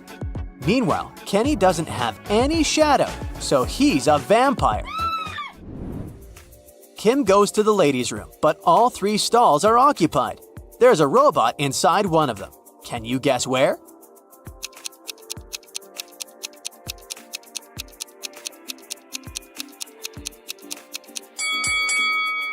Let's take a look at the First Lady's feet. Ouch! She's rubbed multiple corns with her fancy sandals. She can't be a robot. As for the Third Lady, her pedicure is too messy for a robot. Therefore, the robot is in the second stall. Bella asks Kim to take her picture. Kim takes a couple of shots. Can you find 3 differences between them?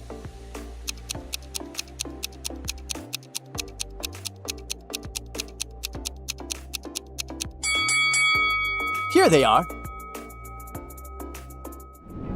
Kim goes back to the party and spots a runaway criminal among the guests. Can you see this person too?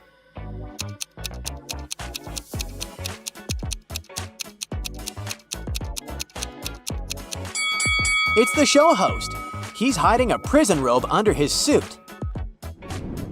At the party, Bella gets bitten by a vampire too. Kim takes her to the hospital. They meet 2 doctors in the lobby. One of them is an imposter. Can you guess who?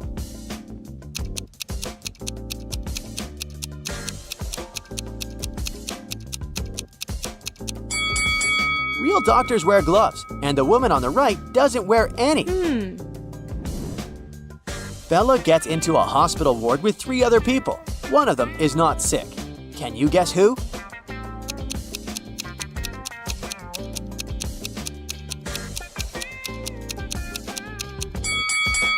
The woman on the left looks perfectly healthy. She has her lipstick on and a glamorous hairstyle. Although her arm is broken, it doesn't mean that she's sick. Kim comes home from a long day. She's very excited to treat herself with a bubble bath. She's been dreaming about it all day. But someone used up all her bubble foam. Kim interrogates her family members. Father says, "I spent all day at the garage repairing my old car, and I haven't visited the bathroom yet." Mother says, "I was feeling sick all day, so I didn't pay any attention to your beauty products." And Kim's brother says, "It wasn't me who took your bubble foam, but I think it was Mom." Who did it?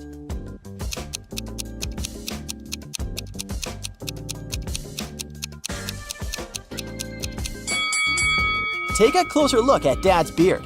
There's pieces of foam on it. Busted! The next night, Kim goes to a sleepover with her friends. One of them is a werewolf. Can you guess who?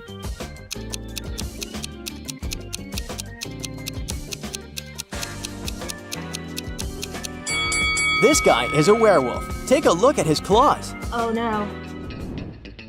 Kim puts some cash in a stash in her room and leaves for Granny's house. In a couple of days, Kim returns and realizes that someone had stolen her money. How did she guess?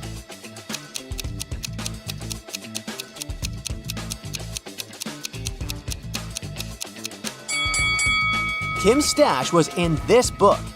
It was on the shelf when she left, and now the book is gone. Oh God. Kim runs to the living room and yells at her family. "Who stole my book?"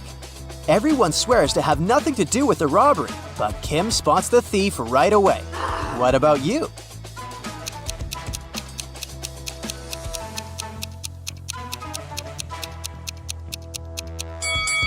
It's the brother. He used the book as a stand for his PlayStation. Kim is watching a TV program about risky sports. Oh. Can you help her guess which guy has a better chance of survival? Oh God.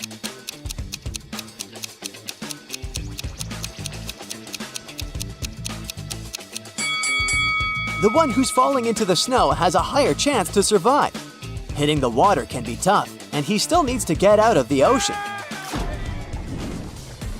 Kim's dad wants to buy a boat. His agent arranges a meeting with 3 people. Each tells a brief story about their boats. Karen says, "My husband gave me this boat 5 years ago as a wedding gift. That's why it has my name. But now I want to sell it because we don't use it." Charles says, "I inherited this boat from my father. It works very well, but I don't need it because I'm moving abroad." And Liam says, "I built this boat on my own, but now I'm building a bigger one, so I'd like to sell it to get some cash." One of the sellers is lying. Can you spot who?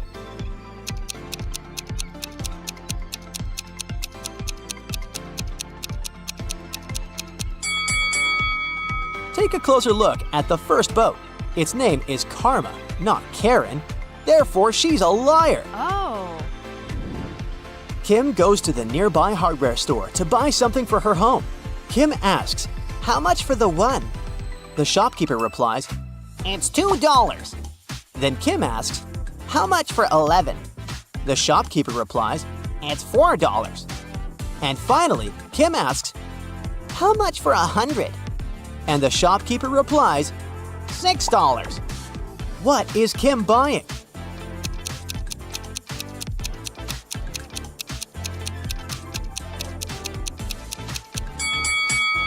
She's buying a house number. Each digit costs $2. Kim's cat, Fluffy, ran away. She's been looking for him in a forest all evening. Finally, she gets tired and heads home. But suddenly, she sees a witch's house on the way. Kim enters and faces the witch. Fluffy is sitting on her lap. The witch says, I'll release your cat if you crack my riddle. I have two besties who are identical twins. Emma was born in 2003 and Gemma in 2004. "How is it possible?"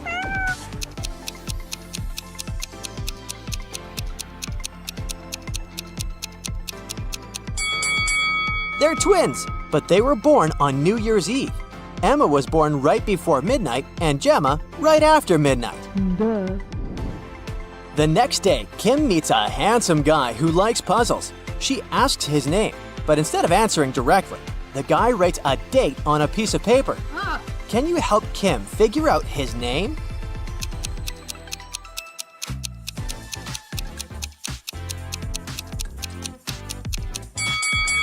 Each number implies a particular letter of the alphabet. The guy's name is Theo. Theo invites Kim to an art exhibition. Take a look at these squares. Which one is bigger, yellow or green?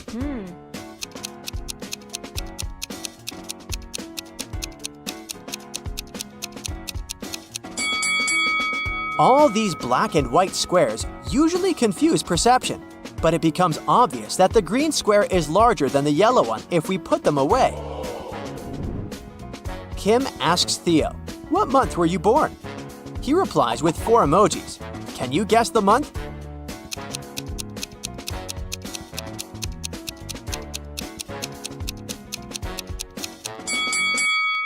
Jack-o'-lantern stands for J. The next emoji implies U. Nut stands for N, and eggplant stands for E. Theo was born in June. Kim and Theo go for a walk in an abandoned village. They see a sign leading to a famous haunted castle. There are 4 possible routes, but only one of them will actually lead them to the castle. Can you figure out the correct way?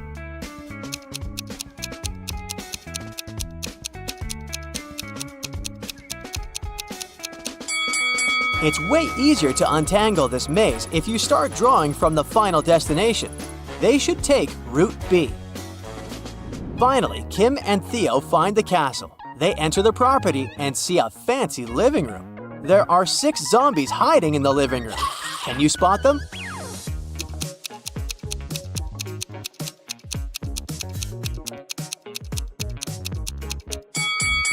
Hello!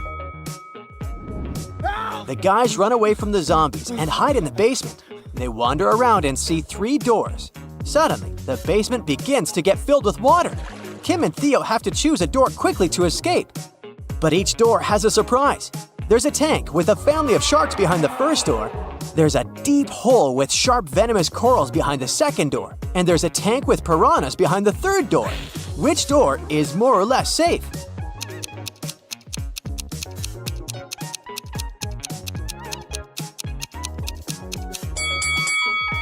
The second door. The basement is full of water, so they can swim over the corals. Becky attended her high school reunion last weekend. Hello. All of her friends seemed to be doing really well in life. Connor showed up wearing clothes from expensive brands. Hello. Matilda had not just 1, but 2 of the latest smartphones. Tom showed up in a fancy sports car, and Beth was wearing a luxurious watch on her wrist. Take a good look at Becky's friends. Can you tell who is really rich?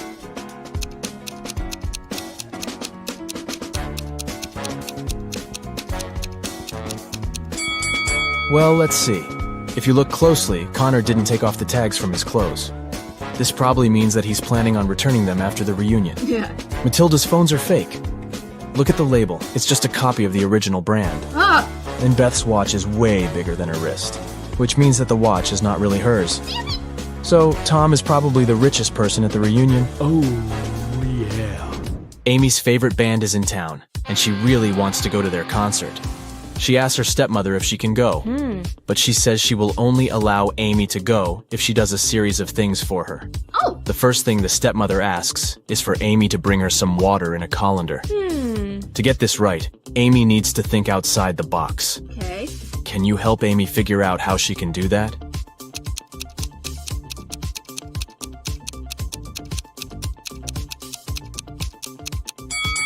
Amy needs to freeze some water and put the cubes in the colander. Yeah. Technically, frozen water is still water, right?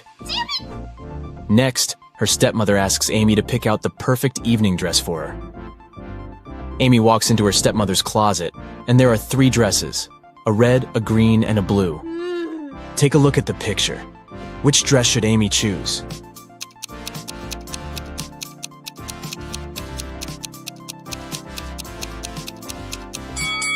If you look closely, the button on the blue dress is about to come off.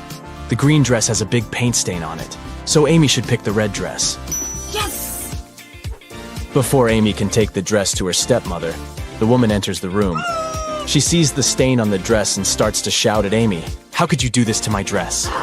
But Amy says she didn't do anything wrong, and that the paint was already there when she walked into the closet. Yes! The stepmother asks Amy to find the culprit. Oh! If she could figure out who had stained her dress, then Amy could go to the concert. Okay. The 3 main suspects are Amy's stepsisters, Ella, Bella, and Gabriella. What? They don't like Amy, so it's likely that one of them splashed paint on their mother's dress in order to frame her. When the stepsisters are out of the house, Amy sneaks into their bedroom to try to find the culprit. Take a look at the room. The first bed belongs to Ella, the second belongs to Bella, and the third bed belongs to Gabriella. Can you tell who did it?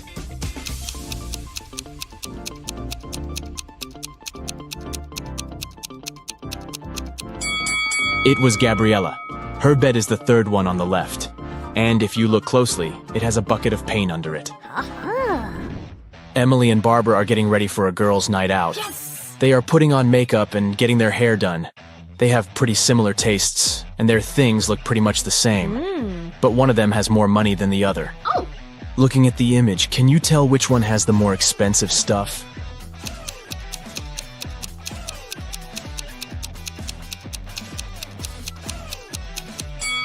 Take a look at Barbara. Her dress kind of gives it away since it's obviously a knockoff.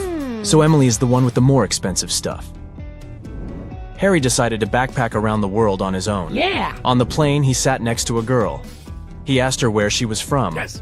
But instead of answering, she showed him 2 emojis on her cell phone. Oh! Take a look at the image. Can you tell which country the girl is from?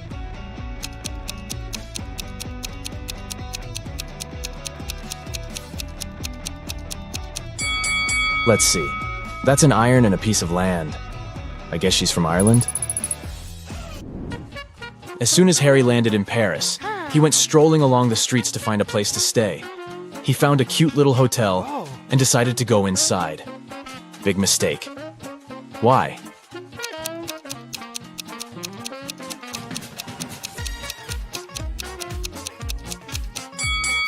Take a look at the window on the last floor. It looks like there's a ghost. Yikes. I'd look for another place to stay if I were him. After he found a better hotel to stay in, he decided to get lunch. He ordered the classic French onion soup. But when his dish came, it was filled with cockroaches. He called the restaurant's manager to tell them about the incident. The manager said, "This is unacceptable. I will find the person who did this and fire them immediately." There were 3 suspects. The cook said that he had prepared the soup as usual. It was okay when he passed it to the waiter. The waiter said that he hadn't touched the soup. He just served it to Harry and hurried to take the order from another table. The manager also questioned the cleaner, who said that he had spent the last hours cleaning the bathroom and had no idea what the fuss was about. Can you tell who is guilty?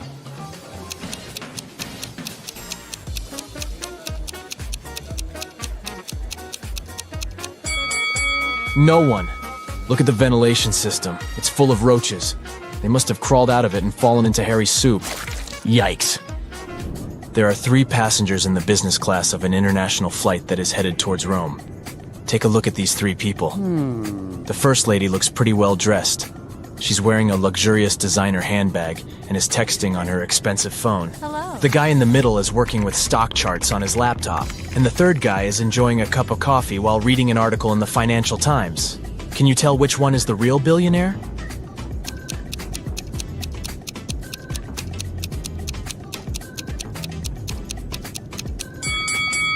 Let's see.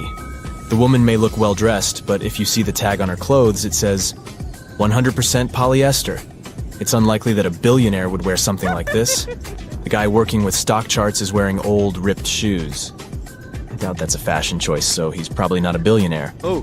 That leaves us the last guy. If you look closely, the article he is reading is about him.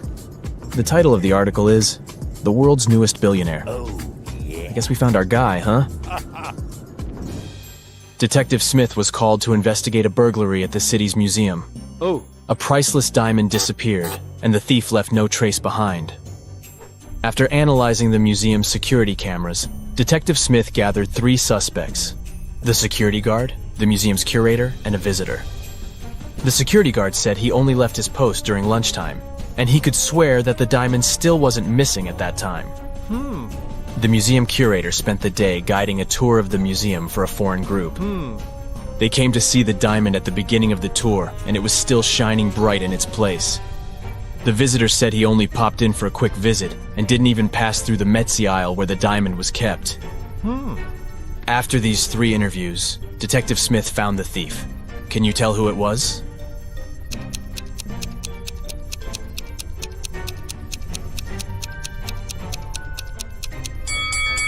It was the visitor. First of all, he knew the exact location of the diamond inside the museum. Plus, take a look at that string he's fiddling with in his left hand. Detective Smith pulled it from under his sleeve and voila, the diamond was attached to it. I guess he didn't have time to go home and get rid of the diamond, huh? Julie and her friends decided to spend the weekend at a cabin in the woods. They arrived on Friday evening and spent the night playing board games and telling spooky stories. When they woke up on Saturday morning, they found that someone had stolen all their food supply. The door's glass was shattered, but other than that, there were no signs of who could have done it. So the group decided to search the surrounding woods to see if they could find the culprit. Take a good look at the scene the group stumbled upon and see if you can find out who took their food.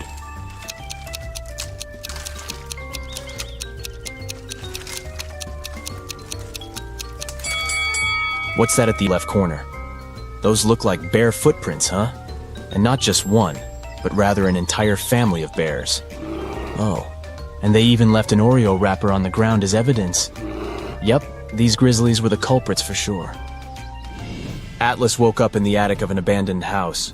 He tried to find a way out of the house, but all he could find was a room with 3 doors. Each door hid a different danger. The windows and floor behind the first door were made entirely of magnifying glass, which meant that the sunlight would probably burn him if he entered. The second door hid a room full of poisonous gas, and behind the third door was a hungry lion. What should Atlas do to escape?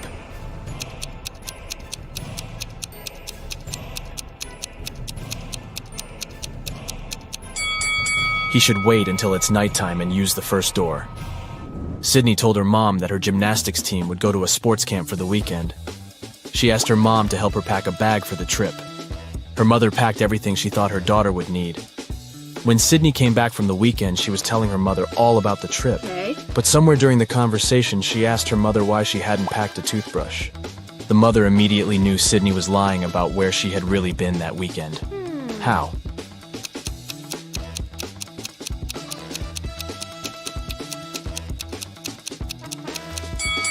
Because Sydney's mother did pack a toothbrush, but she put it under Sydney's gymnastics clothes. If Sydney had really gone camping, she would have used the clothes and found the toothbrush. Kimberly discovered 3 bags in an old attic along with a note. The note said that there were $1 million inside one of the bags. It also said that the 2 other bags were empty. She only had one chance to figure out which bag had the cash, and she could trust that one of the messages written on the bags was true. On the first bag, it said, "The cash is not here." On the second bag, it was written, "The cash is not here." The last bag read, "The cash is in the second bag." If you were Kimberly, which bag would you choose?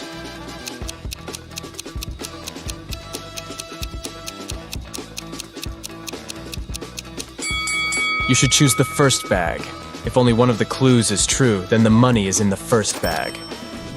The police have been after Mr. Burke for many years, trying to prove he's involved in illicit activities, but they never managed to catch him. One day, Detective Lawrence decided to make a surprise visit to Mr. Burke's office. As soon as the detective arrived, Mr. Burke's secretary said he was away on a business trip.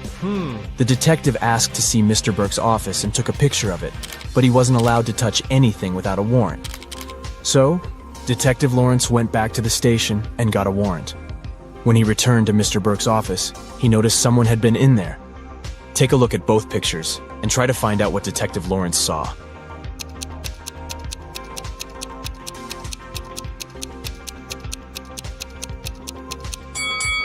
The desk lamp is tilted and the books are in different places. Someone definitely was in that room. Detective Lawrence decided to search Mr. Burke's entire office.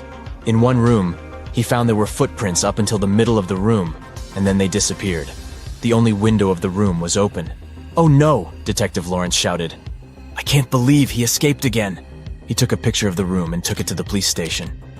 At the station, he showed the picture to the other detectives, and one of them said he had cracked the case. Take a look at the picture. How did the detective solve the case?